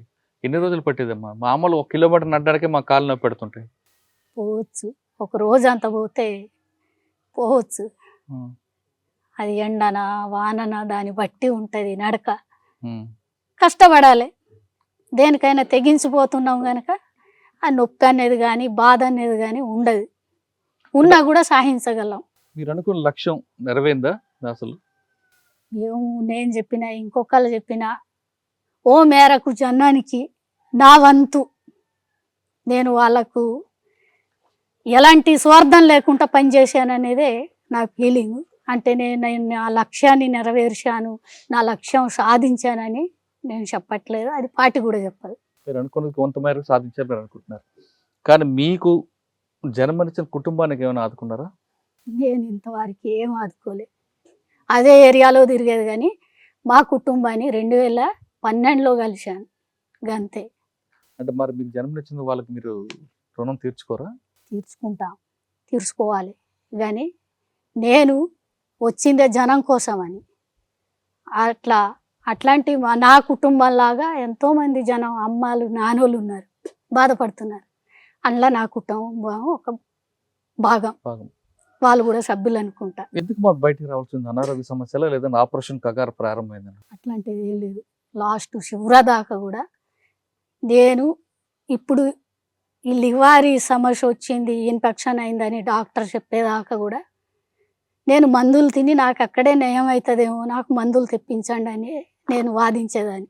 ఇక్కడ తెలంగాణకు వచ్చినప్పుడు కూడా బయటికి రాకముందు 2-3 రోజులు తర్వాత నువ్వే ఆలోచించాలని పార్టీ చెప్పింది. దామోదారు కూడా చెప్పింది, నువ్వు ఆలోచించాలి. ఏ ఊర్లో పెడతాం, ఊర్లో పెట్టినా నువ్వు అరెస్ట్ అవుతావు, నువ్వు టార్గెట్, బయటికి పంపినా అరెస్ట్ అవుతావు, నువ్వే ఆలోచించు. అయితే నేను పార్టీని వదిలిపెట్టి ఎట్లా పోవాలి? ఇన్ని సంవత్సరాలు పనిచేసి, బాల్యం నుండి ఇన్ని సంవత్సరాలు పనిచేసి వదిలిపెట్టి ఎట్లా పోవాలి? నేను నా కుటుంబాన్ని వదిలిపెట్టి వచ్చింది చాలా. అప్పుడు నేను నా కుటుంబాన్ని వదిలిపెడుతున్నా అనేది ఏ బాధ లేదు. కానీ ఇయ్యాలైతే మొత్తానికి ఈ బాధ నేను తట్టుకోలేను. నేను పోను, ఇప్పుడు పోయి ఏడ బతకాలి, ఏం చేయాలి అని నేను చాలా సేపు మొండిగా ఉన్నా. అయితే నువ్వే ఆలోచించాలి, నీ నిర్ణయం ప్రకారం మేము ఆలోచించుతాం. ఇక్కడైతే నువ్వు బతకలేవు, అరెస్ట్ అయితే ట్రీట్మెంట్ మంచిగా జరగదు, నువ్వు ఆలోచించు అనేసరికి నేను అక్కడ ఉన్నానంటే నాతో 10 మంది ఉండాలి. వాళ్ళని ఎందుకు ఇబ్బంది పెట్టాలి నా కోసం? అంటే నన్ను మొయ్యడము ఇది అది చేయవలసి వస్తుంది. ఇదంతా నా కోసం 10 మంది సావటం ఎందుకు వాళ్ళకి ఈ టైంలో? అదేదో ఇక్కడ దాడి జరగదని కాదు, ఇక్కడ కూడా రేపు దాడి జరుగుతుంది. నా కోసం వాళ్ళని బాధ పెట్టొద్దు, సరే పార్టీ అనుకున్నట్టు నేను పోతా అని ఆఖరి నిర్ణయం తీసుకొని నేను చెప్పేసరికి నేను ఏ రోజు చెప్పానో అదే రోజు ఏపీడి పెట్టి పంపించింది. లేటు కూడా చేయలే. ఈమె మళ్ళీ తర్వాత బోన్ అంటది. ఎక్కడ పెట్టారు ఏపీటీ మీకు? అది నాకు తెలియదు, ఎక్కడ అనేది కూడా తెలియదు. అడవిలోంచి బయటికి రావడానికి ఎన్ని గంటలు పట్టింది? నాకు అప్పటికి నేను గడియారం ఇవన్నీ ఇచ్చి వచ్చేసాను. పోతున్నాననే మాట ఎప్పుడు అట్లా కమిటీ ముందు పెట్టాను, అప్పటి నుండి నేను అన్నమే బంద్ పెట్టాను. ఎన్ని గంటలు పట్టింది రోడ్డు మీద రావడం? నేను టైం ఏం చూడలేదన్న. రోడ్డు మీకు వచ్చి వెంటనే పోలీస్ స్టేషన్కి వచ్చారా? ఇక పోలీసులకు రావటం అంటే ఎట్లా రావటం అన్నది ఇక నాకు తెలియదు. ఆ నైట్ తీసుకొచ్చిండ్రు, ఎక్కడి నుండి తీసుకొచ్చిండ్రో ఏందో నాకైతే తెలియదు. నేను అట్లా ఆ వెహికల్ మీద కూర్చున్నాను అంటే ఇక హైదరాబాద్ వెళ్ళేదాకా నాకు తెలియదు. వచ్చిన తర్వాత ఒకప్పుడు ఆ ఊరు వెళ్ళారా మీరు? పుట్టిన ఊరికి ఇంతవరకు పోలేదు. బయట ప్రపంచం చూసారు, ఏమనిపిస్తుంది హైదరాబాద్ చూడగానే? హైదరాబాద్ నేను ఇంటికాడ ఉన్నప్పుడు కూడా చూశాను 2-3 సార్లు. అవునా? హాస్పిటల్ కానీ ఇంటికాడ ఉన్నప్పుడే, పార్టీకి వెళ్ళినప్పుడు కాదు, ఇంటికాడ ఉన్నప్పుడు. అప్పటికి మార్పు వచ్చిందా? మార్పు ఉంది, మార్పు లేదని మనం చెప్పము. సమాజంలో కొన్ని మార్పులు వచ్చినాయి, మార్పులు ఉన్నాయి. కాకపోతే ఇంకా పేదవాళ్ళు కూడా ఉన్నారు దాంట్లో. ఉంటారు, అది ఇప్పుడు ఉంటారు కాదమ్మా. పార్టీ ప్రజలు దూరం అవడానికి ముఖ్యంగా వాళ్ళు ఎంచుకున్న లైన్ అనేది కరెక్ట్ కాదు, అది ఎప్పుడుదో లైన్, ఇప్పుడు ఇంకా అదే ఉంటున్నారు కాబట్టి దూరం పెరిగింది అంటారు. మీరేమంటారు? నేను అది ఇప్పటిదాకా పై కమిటీ వాళ్ళు చెప్తున్నారు, నేను దాంట్లో పోలేదు, నేను చెప్పను కూడా. అది నా పరిధి కాదు, నా జనతా సర్కార్ పరిధి కనుక నేను ఇది చెప్తా కానీ గడిపోదు. సరే, చివరిగా చెప్పండి. జనతా సర్కార్లో మహిళలందరికీ ఒక దగ్గర తీసుకొచ్చి వాళ్ళలో రాజకీయ చైతన్యం కల్పించడం కానీ వాళ్ళ కాళ్ళ మీద వాళ్ళు నిలబడ్డ విధంగా తయారు చేశారు. ఇప్పుడు బయటకు వచ్చిన తర్వాత అదే కార్యక్రమం చేపడతారా, లేదు మీ ఆరోగ్యం అంతా జాగ్రత్త తీసుకొని అమ్మా నాన్నకి చంద్రతో పాటు హాయిగా ఉంటారు? నేను హాయిగా ఉండాలని ఏ రోజు కూడా అనుకోలేదు. నాకు ఎంత చేతనవుతుందో అంతా మళ్ళీ ఆ ప్రజల దగ్గర పోయి పని చేయాలనుకుంటున్నాను నేను ఇప్పటికీ కూడా. వాళ్ళకి ఏ సమస్య ఉంది, ఎంత మేరకు నేను చేయగలను, ఒక్క ఊరికి చేయగలనా లేకుంటే ఒక 10 ఊర్లకు చేయగలనా, ఏ పని చేయగలను కదా, ఇప్పుడున్న ప్రాంతంలో కూడా చేయొచ్చు కదా. ఏ ప్రాంతంలో అయినా చేస్తా కానీ ఇక నాకు అక్కడే పోయి చేయాలనుకుంటున్నా. నాకు అంటే క్యాంపులు ఉంటుండగా కూడా, క్యాంపులు ఉన్నా నేనేమన్నా తుపాకు పట్టుకొని పోతాను అక్కడ, ఇప్పుడు మాట్లాడతా అంతే. దానికి ఇక మళ్ళీ క్యాంప్ ఏంటి, ఇంకొకటి ఏంటి, క్యాంపే అయితే ఇక భారత ప్రభుత్వమే రమ్మని పిలిచింది కదా, మళ్ళీ ఇంకా క్యాంప్ ఎందుకు, క్యాంప్ ఉండని. అంటే మీరు తిరిగిన ప్రాంతాలన్నీ చూడాలనుకుంటున్నారు, వాళ్ళతో మాట్లాడాలనిపిస్తుంది, చూడాలనిపిస్తుంది. నా కుటుంబాన్ని ఇప్పుడు చూస్తానా రేపు చూస్తానా అని లేదు కానీ జనాన్ని చూడాలని అయితే మొత్తానికి ఉంది. ఎన్ని సంవత్సరాలు అమ్మ అక్కడ ఉంటారు మీరు? నేను 20 సంవత్సరాలు పని చేస్తున్నాను. క్షేమం 2004 అక్టోబర్లో పోయినా, మళ్ళీ 2025 అక్టోబర్లో వచ్చా. రక్త సంబంధం కన్నా వర్గ సంబంధం గొప్పదంటున్నారు గంగా అలియాస్ సోని. 20 సంవత్సరాల పాటు దండకారులు ఉన్నాను, ఆదివాసుల అభిమానం కోరుకున్నాను, బయటకు వచ్చాను, తన ఆరోగ్య సమస్యలు బాగుంటే మరొకసారి అక్కడికి వెళ్ళి వాళ్ళతోనే పనిచేసి వాళ్ళతోనే తిరగాలన్నది ఆమె కోరిక. ఇది ఈ వారం గంగతో అలియాస్ సోనితో ఎక్సలెంట్ ఇంటర్వ్యూ. వచ్చే వారం మరొక ఇష్టం మళ్ళీ కలుద్దాం. అంత నమస్తే, నమస్తే. మన కోరిక నెరవేరాలని కోరుకుందాం. I dreams, this police diaries is something very, very valuable towards that. I must really appreciate Murali, your insights. I dreams founder and CEO చిన్న వాసుదేవ్ రెడ్డి గారితో మురళీధర్ క్రైమ్ స్టోరీస్ చాలా ఫేమస్ అయిపోయినాయి. Gautam Savan garu and Sajjan sir. Good. Well done. I congratulate him for doing so well, and I congratulate him his boss also. So well.